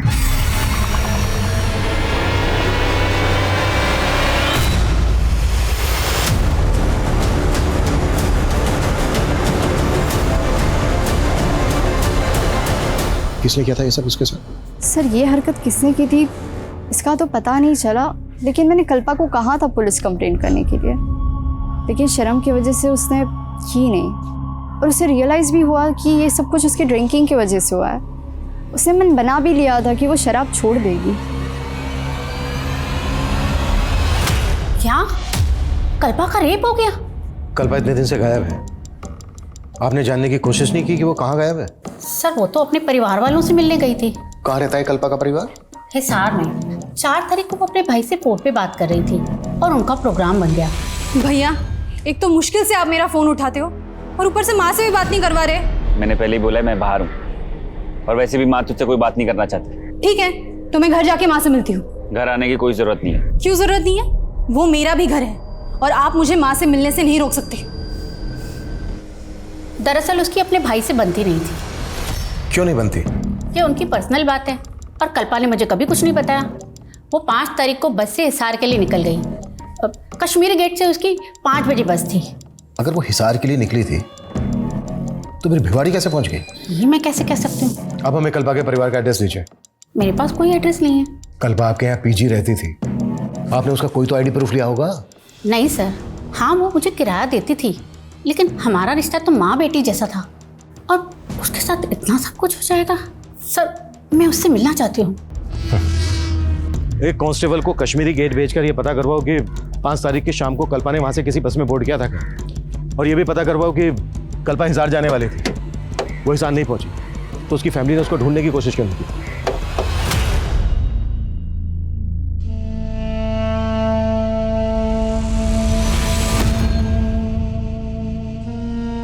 बस बेटा, अब ये खाना अलग से नहीं उतरता। बोझ बन गया हूं मैं तुम सब पर। ऐसा मत भूलो पापा, आपके 2 बच्चे हैं, मैं और सोम भैया, हम दोनों आपके 2 बाजू बनेंगे। ये सब बातों का कोई फायदा नहीं है कल्पा। ये दिन रात जिस फैक्ट्री मालिक के तलवे चाटते रहे, उसने मुआवजे के नाम पे 2 महीने की तनख्वाह पकड़ा दी, और फिर ये उसके ऊपर केस भी नहीं कर रहे। बड़े लोग हैं बेटा, ये कोर्ट कचहरी के चक्कर में पड़ेंगे तो हमारा जीना मुश्किल कर देंगे। वो जीना वैसे भी मुश्किल हो गया है हमारा, आपके हाथ भी गए और नौकरी भी। तो फिर आपकी क्या रिस्पॉन्सिबिलिटी है भैया? पापा को कोसने के अलावा आप अपने लिए कोई जॉब क्यों नहीं देखते? तुझे जॉब मिल गई तो मुझे ज्यादा अकड़ मत दिखा, समझी ना? और वैसे भी मैं कोई ऐसी वैसी जॉब नहीं करूंगा जहां इनकी तरह मुझे किसी के तलवे चाटने की जरूरत पड़े। पापा आप बिल्कुल परेशान मत होइए, मैं इतना कमाने लगी हूँ कि सब कुछ संभाल लूंगी। पापा प्लीज आप, पापा क्यों क्या क्या हुआ पापा? क्या हो रहा है उनको?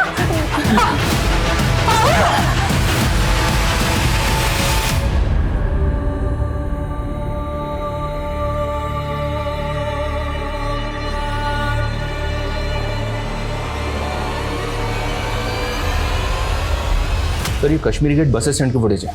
5 अक्टूबर की शाम को कल्पा ने दिल्ली से जयपुर जाने वाली बस पकड़ी थी, जबकि पौमिला ने हमें बताया था कि कल्पा उस शाम को हिसार जाने वाली थी।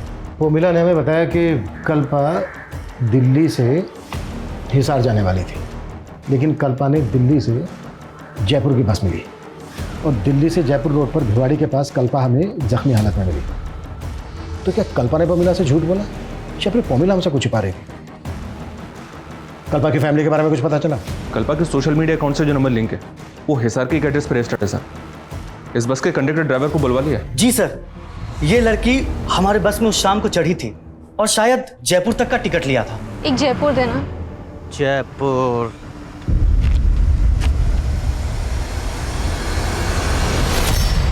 ये लड़की जयपुर जा रही थी तो फिर हमें जख्मी हालत में भिवाड़ी में कैसे मिली? सर मुझे कुछ समझ नहीं आ रहा सर। रेप हुआ है इस लड़की के साथ। देख अगर कुछ भी छिपाया ना हमसे तो हम कुछ नहीं छिपा रहे हैं सर, लेकिन हाँ सर, जयपुर पहुंचने पर हमें एक सवारी का बैग मिला था। सर वो बैग हमने जयपुर बस स्टैंड के लगेज रूम में जमा करवा दिया था। हमारी बस रोजाना रात डिनर के लिए गुलशन ढाबे पर रुकती है और गुलशन ढाबा भिवाड़ी से 15-20 किलोमीटर पहले ही पड़ता है। तू कह रहा है कि वो बस डिनर के लिए गुलशन ढाबा पर रुकी, वो लड़की बस से उतरी लेकिन वापस बस में नहीं चली? हमें ये याद नहीं है सर। उस बस में जो जो पैसेंजर ट्रैवल कर रहे थे सबकी डिटेल दे, हमें याद दिलाते हैं तुझे। सर ये लंबे रूट की बस है, हर रोज नई सवारी बैठती है, अब इतना याद कैसे रहेगा? तो अपनी याददाश्त पे जोर डाल। जब तक इसको सब कुछ याद नहीं आ जाता ना, जाने मत देना यहाँ से। और तेरे बस का ड्राइवर आने वाला था, वो आया क्यों नहीं अभी तक? कहाँ है वो? सर आज वो ड्यूटी पर नहीं आया था, लेकिन हमने उसे आने को बोला है। याद दिलाओ इसको। सर हमने क्या किया है सर? हमें क्यों पकड़ रहे हैं सर?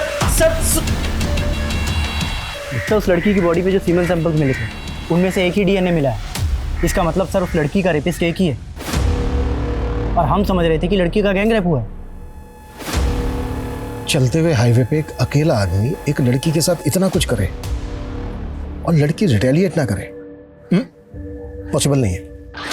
जिस तरह से लड़की को इंजरीज दी गई हैं, जिस तरह से लड़की को 200 मीटर ड्रैग करते हुए रोड से दूर ले जाया गया है, क्या वाकई में रेप करने के बाद लड़की को जख्मी दिए गए होंगे? सर आप ये कहना चाह रहे हैं कि लड़की के साथ रेप जख्मी हालत में हुआ है? वो बस डिनर के लिए गुलशन ढाबा पे रुकी थी, वहां चलते हैं। सर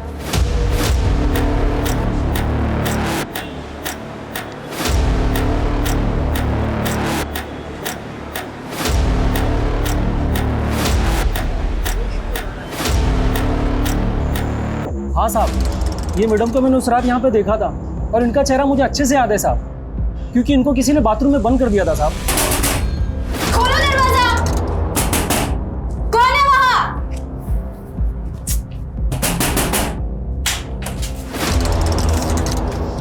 क्या बेहुदगी है? किसने बंद किया मुझे अंदर? मुझे नहीं मालूम मैडम। उसके बाद ये मैडम कहाँ गई थी? उसके बाद इन लोगों ने यहाँ पे खाना खाया साहब, और उसके अलावा मैं कुछ नहीं जानता साहब।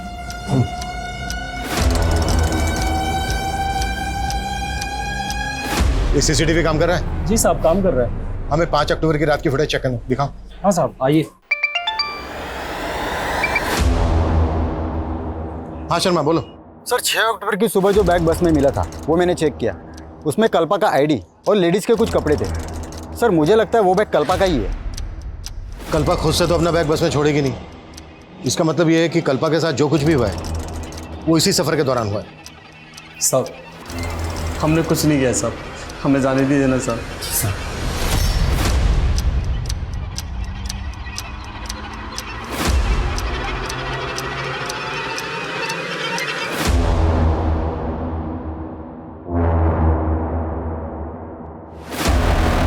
कल्पा बाथरूम की तरफ जाते हुए दिख रही है, लेकिन उसके पीछे कोई नहीं गया। इसका मतलब यह है कि होटल के दूसरी तरफ से आकर किसी ने बाथरूम का दरवाजा बंद किया। होटल के बाकी स्टाफ को खंगालो, हो सकता है उनमें से किसी की हरकत है। जाओ।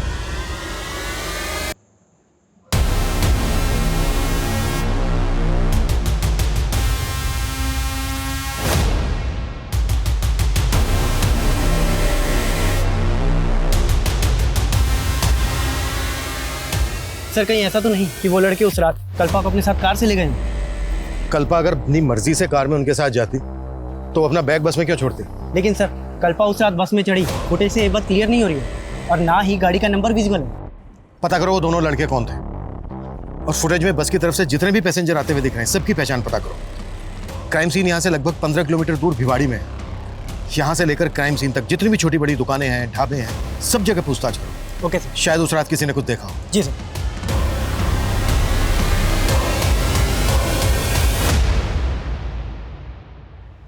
मनीष, हिसार पहुंचे? मेरी बेटी के साथ इतना सब कुछ हुआ, कहाँ है वो? मुझे उसे मिलना है, मुझे। मनीषा हेल्प करो। माँ जी संभालिए अपने आप। माँ जी संभालिए। माँ जी को कल्पा की बहुत फिक्र लगी रहती थी और कल्पा भी पता नहीं किन लोगों की संगत में पड़ गई और शराब पीने लग गई और कल्पा के साथ अब ये सब। पॉमेला ने हमें बताया था कि कल्पा हिसार आने वाली थी यहीं पर। नहीं सर, कल्पा ने अपने भाई को भी ऐसा ही बताया था फोन। कहाँ है वो? बुलाइए उसे। सोम जी तो काम के लिए आउट ऑफ टाउन गए हुए, उन्होंने ऐसा हमें कुछ नहीं बताया। हमने सुना है कि सोम की कल्पा से बनती नहीं थी। नहीं सर, दोनों भाई बहन के बीच में ना सर बहुत प्यार था। पुलिस उस बस में ट्रैवल कर रहे पैसेंजर्स के साथ साथ उन 2 लड़कों की पहचान में भी जुट गई थी जो उस ढाबे में कल्पा के साथ देखे गए थे। लेकिन इस केस के कई और भी राजदार थे। जैसे जैसे ये केस आगे बढ़ रहा था, मीडिया में भी कल्पा को इंसाफ दिलाने की गूंज उठ रही थी।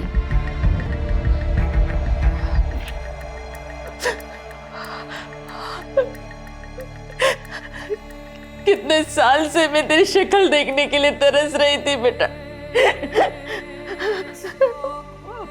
मुझे क्या पता था मैं तुझे इस साल में देखूंगी। तू चुप क्यों है बेटा?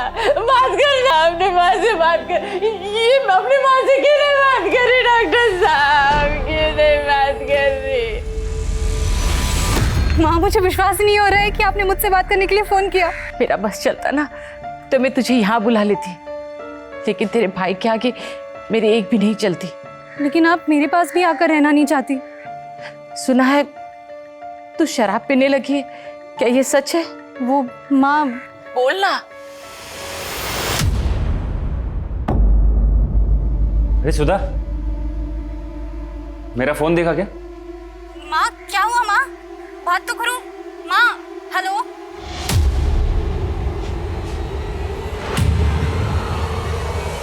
मना किया तूने इस लड़की से बात करने के लिए?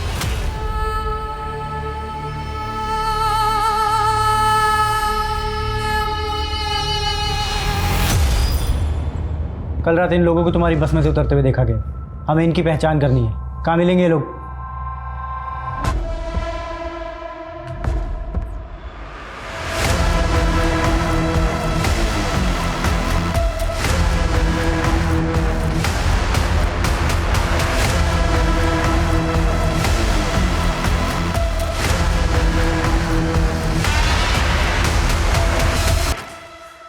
हाँ सर, इन लड़कों को मैं जानती हूँ। ये दोनों हमारे पब के कस्टमर्स हैं। इन दोनों के नाम क्या है, कहाँ रहते हैं, पता है आपको? सर ये तो नहीं मालूम, लेकिन कल्पा के इन लड़कों के साथ दोस्ती हो गई थी और मुझे तो लगता है कि कल्पा के लिए ही आते थे ये लड़के और हज़ारों रुपए खर्च करके जाते थे। अरे अभी तो अभी ना शुरू किया है, तुम बैठो ना हमारे साथ, let's have drink together. Sorry Ankit, तुम्हें तो मालूम है ना मैं यहाँ एम्प्लॉई हूँ। अरे तो किसी दूसरे पब में चले? नो थैंक्स, आती हूँ कुछ देर में। सर कल्पा को लेकर मुझे इन लड़कों की इंटेंशन सही नहीं लगती थी। मुझे तो हैरान ही हो रही कि उस रात ये लड़के ढाबे में कैसे पहुंच गए। ये दोनों लड़के यहाँ पर रेगुलर कस्टमर थे, तो ये पेमेंट कैसे करते थे? बाई कैश या कार्ड से? सर ज़्यादातर कार्ड पेमेंट होती थी। इनके कार्ड की डिटेल्स मुझे दीजिए। जी सर। सर मैंने कल्पा के कॉल डिटेल्स चेक की। 5 अक्टूबर की रात को 8:30 बजे कल्पा ने इस नंबर पे कॉल किया था सर। 8:30 बजे ही वो बस गुलशन ढाबा पर रुकी थी। किसका नंबर है सर? ये वसीम नाम है सर इसका। थाने बुलाओ इस वसीम को। सर। हाँ मनीष। सर मैंने उन दोनों लड़कों की बैंक डिटेल्स से उनका पता लगा लिया है। राज और अंकित नाम है इन दोनों का। दिल्ली के हरिनगर में ये दोनों एक साथ रहते हैं। मैं अभी हरिनगर में ही हूँ, लेकिन इनके घर पे ताला लगा हुआ है सर। और अंकित का जो मोबाइल नंबर बैंक से लिंक है वो भी बंद आ रहा है। इसका मतलब ये दोनों लड़के इस कांड में इन्वॉल्व हैं, इसीलिए गायब है।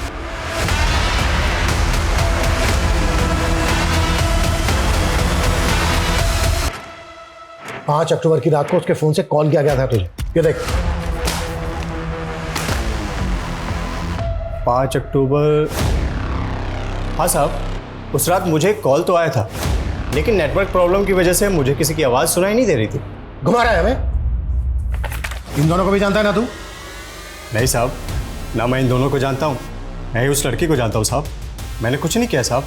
लेके जाओ इसको, इसकी याददाश्त भी तेज करो। साहब चल। साहब मैंने कुछ नहीं किया साहब मैंने कुछ नहीं किया।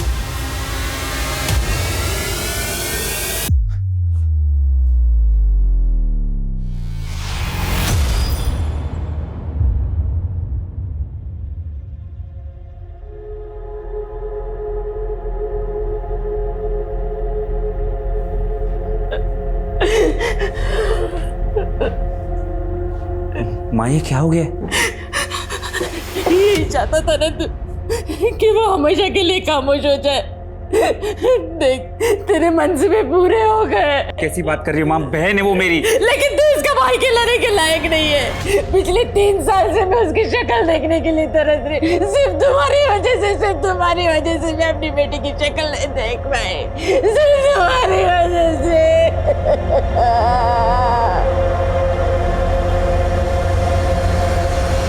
इस वसीम पे भरोसा नहीं कर सकते। इसका डीएनए लो और रेपिस्ट के डीएनए से मैच करो। सर, इन दोनों लड़कों में से ये लड़का अंकित अलवर का रहने वाला है। क्राइम के बाद से दोनों अलवर में थे, लेकिन अभी अलवर से भी गायब है। अंकित अलवर का रहने वाला है तो पता करो कि दूसरा लड़का कहाँ का रहने वाला है। मैंने कल्पा का सोशल मीडिया अकाउंट चेक किया था, कल्पा इन दोनों के टच में थे। इनके आईपी एड्रेस ट्रेस करो। इस हादसे से पहले कल्पा के साथ पब में किसी ने बदतमीजी की थी, पता करो वो लोग कौन है।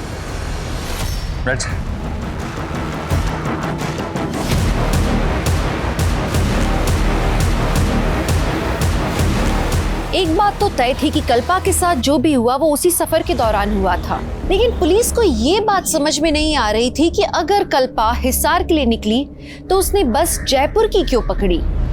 एक सवाल ये भी था कि कल्पा और उसके भाई के रिश्ते में खटास क्यों आई। एक सीधी साधी पारिवारिक सी लड़की शराब क्यों पीने लगी। पुलिस से जानने में लगी थी कि कल्पा के साथ कौन कौन पैसेंजर्स ट्रैवल कर रहे थे। तभी राज और अंकित जो उसके साथ ढाबे में देखे गए थे, उनमें से राज को उसके नेटिव एड्रेस चंडीगढ़ से अरेस्ट कर लिया गया।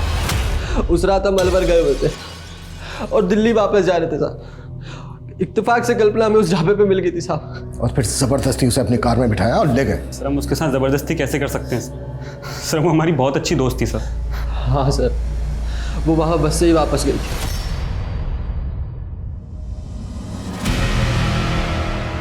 हमें पता चला है कल्पा हिसार जाने वाली थी, फिर उसने अपोजिट डायरेक्शन में जाने वाली जयपुर की बस क्यों ली? जयपुर कहां जा रही थी वो?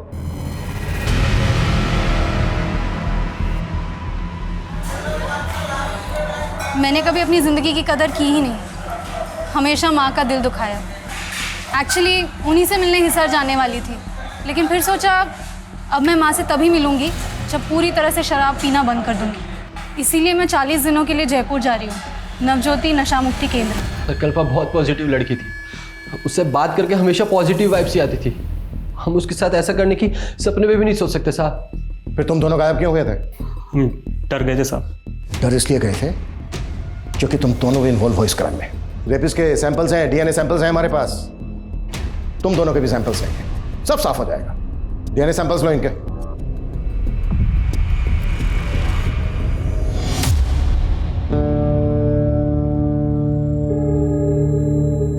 देख चाय लेना। ये उस दिन काफी पुलिस दिखाई दे रही थी यहाँ।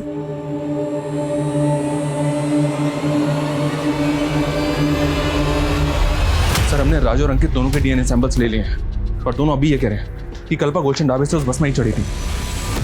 और दूसरी बात ये सर, मैंने जयपुर के नवज्योति नशा मुक्ति केंद्र से पता किया है, ये कल्पा 6 तारीख को 40 दिन के कोर्स के लिए वहां जाने वाली थी। तो कल्पा भिवाड़ी में उस हालत में क्यों मिली? अगर ये दोनों लड़के सही बोल रहे हैं तो क्या बस का कंडक्टर और ड्राइवर झूठ बोल रहे हैं? बस के पैसेंजर्स की पहचान पता चली? जी हाँ सर, 2 आदमियों की पहचान हुई है। ये देखिए, ये बसंत है और ये योगी, इन दोनों को थाने बुलवा लिया। सर मैं कल्पा की सोशल मीडिया अकाउंट चेक कर रहा था। सर कल्पा अपने पुराने पोस्ट में कई फोटोज़ में इस लड़के के साथ दिखाई दे रही है सर। और सर ये लड़का कल्पा को सोशल मीडिया पे काफ़ी मैसेज किया करता था, लेकिन कल्पा रिप्लाई नहीं करती थी। और सर 5 तारीख को भी ये देखिए सर, इसने कई मैसेज किए। कल्पा, मैं तुमसे मिलना चाहता हूँ, प्लीज़ रिप्लाई करो। अगर तुम मुझसे नहीं मिली तो अच्छा नहीं होगा। साहिल, मैं तुम्हारे लिए अपने परिवार छोड़कर आई हूँ और तुम मुझे अकेला छोड़कर कहीं कहीं दिन गायब रहते हो। कल्पा, मेरा काम जानती हो ना तुम। लेकिन साहिल, तुम मुझे अपनी फैमिली से मिलवाने वाले थे ना, तो क्या हुआ उसका? कल्पा, मैंने बात की है उनसे, मैं उनको कन्विंस करने की पूरी कोशिश कर रहा हूँ। हाँ, बस मुझे थोड़ा वक्त दो।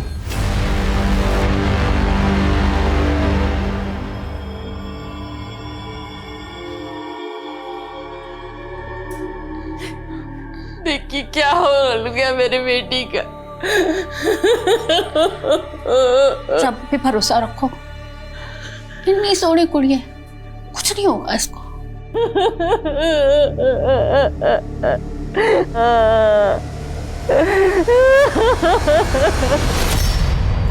हाँ सर, ये उस बस में थी, ये पीछे वाली सीट पे बैठी हुई थी सर। सर इसके साथ एक लेडी भी थी। दोनों को देख के ऐसा लग रहा था जैसे दोनों एक दूसरे को पहले से पहचानते हो। इनमें से देखकर बताओ कौन थी वो? ये नहीं सर। ये सर ये। तुम्हें ऐसा क्यों लगा? कल्पा इस औरत को जानती होगी? सर पूरी बस खाली पड़ी थी और फिर भी दोनों एक साथ एक ही सीट पे बैठी थी। ये बस गुलशन ढाबे पर रुकी थी। अच्छी तरह से याद करके बताओ, क्या ये औरत वापस उस बस में चढ़ी थी वहां से? सर उतना तो याद नहीं आ रहा सर। हाँ सर, ये लड़की उस ढाबे के बाद बस में चढ़ी थी। शायद गैस वैस का कोई प्रॉब्लम था इसे, तो एक औरत ने इसे कोई तो गोली दी थी। ये टॉफियाँ खा ले, हिचकियाँ ठीक हो जाएगी। ले। नहीं आंटी, मैं ठीक हूँ। अरे ये खाएगी तो और भी ठीक हो जाएगी। ले। सर हो सकता है वो नशे वशे की गोली। तो तुम्हें उस औरत पे शक है? नहीं सर, पहले शक नहीं था, लेकिन अब ये सब पता चलने के बाद तो शक हो रहा है सर। और गुलशन ढाबे से थोड़ा दूर जाने के बाद मुझे एक लड़की के चीखने की आवाज़ सुनाई दी थी, और तब मैंने देखा तो वो बस में वो लड़की नहीं थी, लेकिन हाँ दूसरी सीट पर वो औरत आंखें बंद करके बैठी हुई थी। अगर ऐसा था तो तुमने बस क्यों नहीं रुकवाई? सर उस वक्त मुझे कुछ समझ में नहीं आया, लेकिन ये ज़रूर है कि मैंने किसी की चीखने की आवाज़ सुनी थी। हमने कोई भी चीख की आवाज़ नहीं सुनी थी सर। तो पैसेंजर बस झूठ बोल रहा है? सर हमें नहीं पता कि वो ऐसा क्यों बोल रहा है, लेकिन हमने कोई चीख नहीं सुनी। बसंत और एक दूसरे पैसेंजर का कहना है कि गुलशन ढाबा पे कल्पा वापस बस में चढ़ी थी, लेकिन तू शुरू से कह रहा है कि वो बस से उतरी थी लेकिन बस में चढ़ी नहीं वापस। सर मैंने कहा था कि मुझे याद नहीं है कि वो बस में चढ़ी या नहीं चढ़ी। तेरी याददाश्त को हम अच्छे से ठीक करते हैं। 10 सालों। सर ये लड़का साहिल है। कल्पा इस लड़के से प्यार करती थी, लेकिन हम नहीं चाहते थे वो इस लड़के से शादी करे। भैया समझने की कोशिश करो, मैं साहिल के बिना जिंदा नहीं रह सकती। बस कर। आज अगर तेरे पापा जिंदा होते ना, तो वो भी दूसरे समाज के लड़के के साथ तेरी शादी नहीं होने देते। लेकिन कल्पा अपने मर्जी की मालिक थी। वो इस लड़के के लिए हमें छोड़कर दिल्ली चली गई। फिर उसे बाद में एहसास हुआ कि हम सही थे। इस लड़के ने कल्पा के साथ किया क्या था? सर धोखा दिया था। ये लड़का पहले से ही शादीशुदा था। तुमने समझ के रखा है मुझे? हाँ, मैंने तुम्हारे लिए अपनी फैमिली से बगावत की और तुमने मुझे इतना बड़ा धोखा दिया साहिल। मैं मानता हूँ मैं शादीशुदा हूँ, लेकिन मैं तुम्हें अपनी दूसरी बीवी बनाकर रख सकता हूँ। इसी गम में कल्पा ने शराब पीनी शुरू कर दी थी। माना कि उसने गलती की थी, लेकिन सोहम ने उसे कभी माफ नहीं किया, इसलिए अकेली ही अपना कम झेलती रही वो।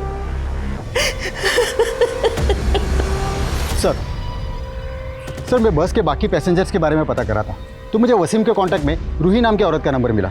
सर ये है रूही। सर ये वही औरत है जो कल्पा के साथ बस में थी। सर ना मैं झूठ बोल रही हूँ और ना वसीम। उस रात मेरे फ़ोन की बैटरी चली गई थी, तो मैंने उस लड़के के फ़ोन से वसीम को फ़ोन ज़रूर किया था, लेकिन नेटवर्क प्रॉब्लम था, इसलिए हमारी बात नहीं हो पाई थी। तुमने उस रात उस लड़की को कुछ खिलाया भी था? क्या नशा मिला था उसमें? कैसी बात कर रहे सर, मैं ऐसा कुछ क्यों करूँगी? वो लड़की जख्मी हालत में हमें भिवाड़ी में मिली। भिवाड़ी से थोड़ा दूर डोसा उतरी थी तुम, और वो लड़की पूरे रास्ते तुम्हारे साथ थी। देखो कुछ भी हमसे छिपाना मत। मैं कुछ नहीं छिपा रही सर, मैं उस लड़के के साथ बैठी ज़रूर थी, लेकिन बाद में मैं आगे की सीट पे चली गई थी।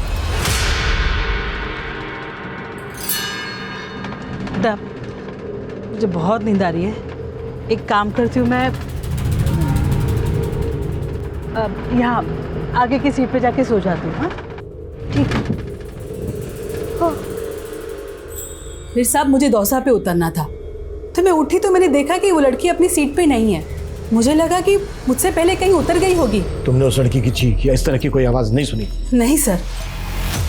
सर मेरी पहली बीवी को भी मालूम था कल्पा के बारे में, और सर मैं कल्पा को अपनाना चाहता था, लेकिन वो समझने के लिए तैयार ही नहीं थी।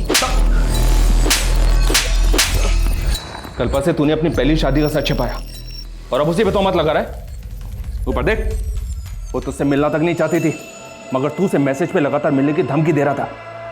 कहीं ऐसा तो नहीं कि तेरे दिल में जो उसके लिए नफरत थी, उस नफरत को निकालने के लिए तूने किसी और को हायर किया हो, उसे मारने के लिए? बोल। नहीं सर, मैं सच्ची कह रहा हूँ, मैंने कुछ नहीं किया है। तोड़ो इसे। अभी भी 5 पैसेंजर्स की पहचान पता नहीं चली है जो उस वक्त बस में मौजूद थे जब कल्पा के साथ ये घटना घटी। क्रिमिनल इन 5 में से भी कोई हो सकता है। जल्द से जल्द इनकी पहचान पता करो। सर इस लड़के का नाम जतिन है। 5 तारीख की रात को भिवाड़ी में इसने कुछ विटनेस किया था। क्या विटनेस किया है? सर इस लड़के का नाम जतिन है। 5 तारीख की रात को भिवाड़ी में इसने कुछ विटनेस किया था। क्या विटनेस किया है? सर उस रात मैं वहाँ से जा रहा था तो मैंने एक आदमी को देखा था, उसके कपड़ों पे बहुत खून लगा हुआ था। पहले मुझे लगा सर उसको चोट लगी होगी, पर फिर मैंने ध्यान से देखा तो उसे चोट नहीं लगी थी सर, बल्कि वो अपने हाथ पैर पे लगा खून साफ कर रहा था। कौन था वो आदमी? सर ये तो नहीं जानता, लेकिन उसका एक पैर खराब था सर। स्केच बनवा सकते हो?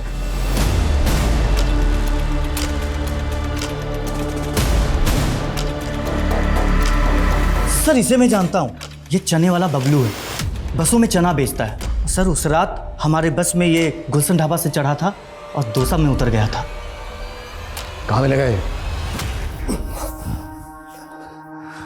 साहब आपको मुझे देख के ऐसा लगता है कि मैंने ऐसा किया है, मुझे फंसाया जा रहा है साहब। मैंने कुछ नहीं किया, मैं बेकसूर हूँ साहब। ये घुमा फिरा के बात मत कर, कल पेशी है तेरे कोर्ट में। जो किया है कबूल कर ले।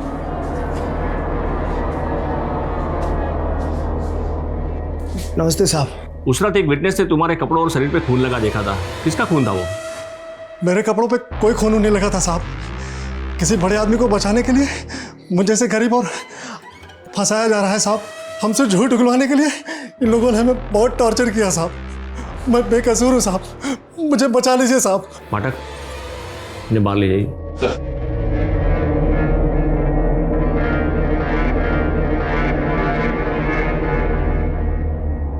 जिंदल सर, क्या ऐसा घिनौना क्राइम ये कर सकता है? सर हमने पता किया, उस आदमी आदमी ढाबे पे ही था, और उस बस कंडक्टर का भी ये कहना है कि बस में भी था। वो बस कंडक्टर तो शुरू से ही अपना स्टेटमेंट बदल रहा है। और इस बबलू के खिलाफ कोई तुम्हारे पास एविडेंस है? सर हमने डीएनए करवाया है, बस रिपोर्ट आनी बाकी है। मुझे उस आदमी का डीएनए टेस्ट चाहिए जिसने इस बबलू के खिलाफ गवाही दी है, और मुझे नहीं लगता ये बबलू ऐसा क्राइम कर सकता है। मजिस्ट्रेट के ऑर्डर के बाद पुलिस ने इस केस को और बारीकी से स्टडी करना शुरू किया। उस रात बस में मौजूद सभी पैसेंजर्स के उन्होंने डिटेल्स निकाले और 10 से ज्यादा सस्पेक्ट्स के डीएनए सैंपल्स कलेक्ट किए। वहीं कल्पा अभी तक कोमा में थी। उसके होश में आने की उम्मीद और उसके गुनहगारों को पकड़ने की उम्मीद दोनों अभी तक नाजुक मोड़ पर थे।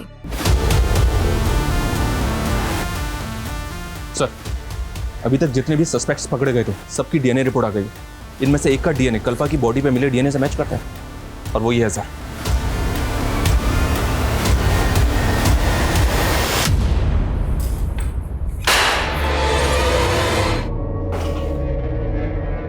हो जा शुरू।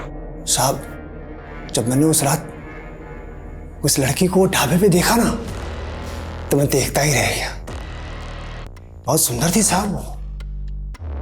पहले मैंने उसको बाथरूम के अंदर बंद कर दिया, लेकिन वो बाहर आ गई। फिर मैं उसको दोबारा देखने लगा और उसकी नजर भी मुझ पे पड़ी।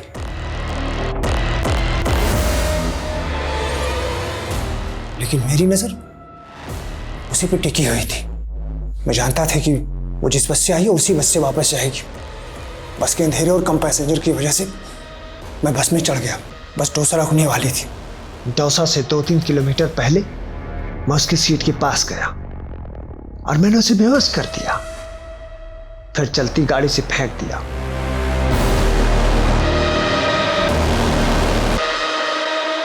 फिर दौसा बस स्टॉप पे उतरकर मैं वापस आया जहां मैंने लड़की को फेंका था। और मैंने उसके साथ में रेप किया।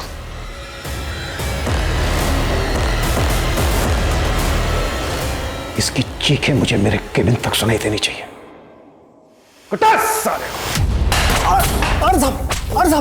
एक जज्बाती इंसान गलत लोगों पर भरोसा कर बैठता है, जैसे कि कल्पा ने कई गलत लोगों पर भरोसा करके कई ठोकरें खाई हैं अपनी जिंदगी में। साहिल के लिए उसके जज्बात सच्चे थे पर उसे धोखा मिला, उसके परिवार के लिए उसके जज्बात सच्चे थे पर उसे सहारा नहीं मिला और वो बेचारी जूझती रही।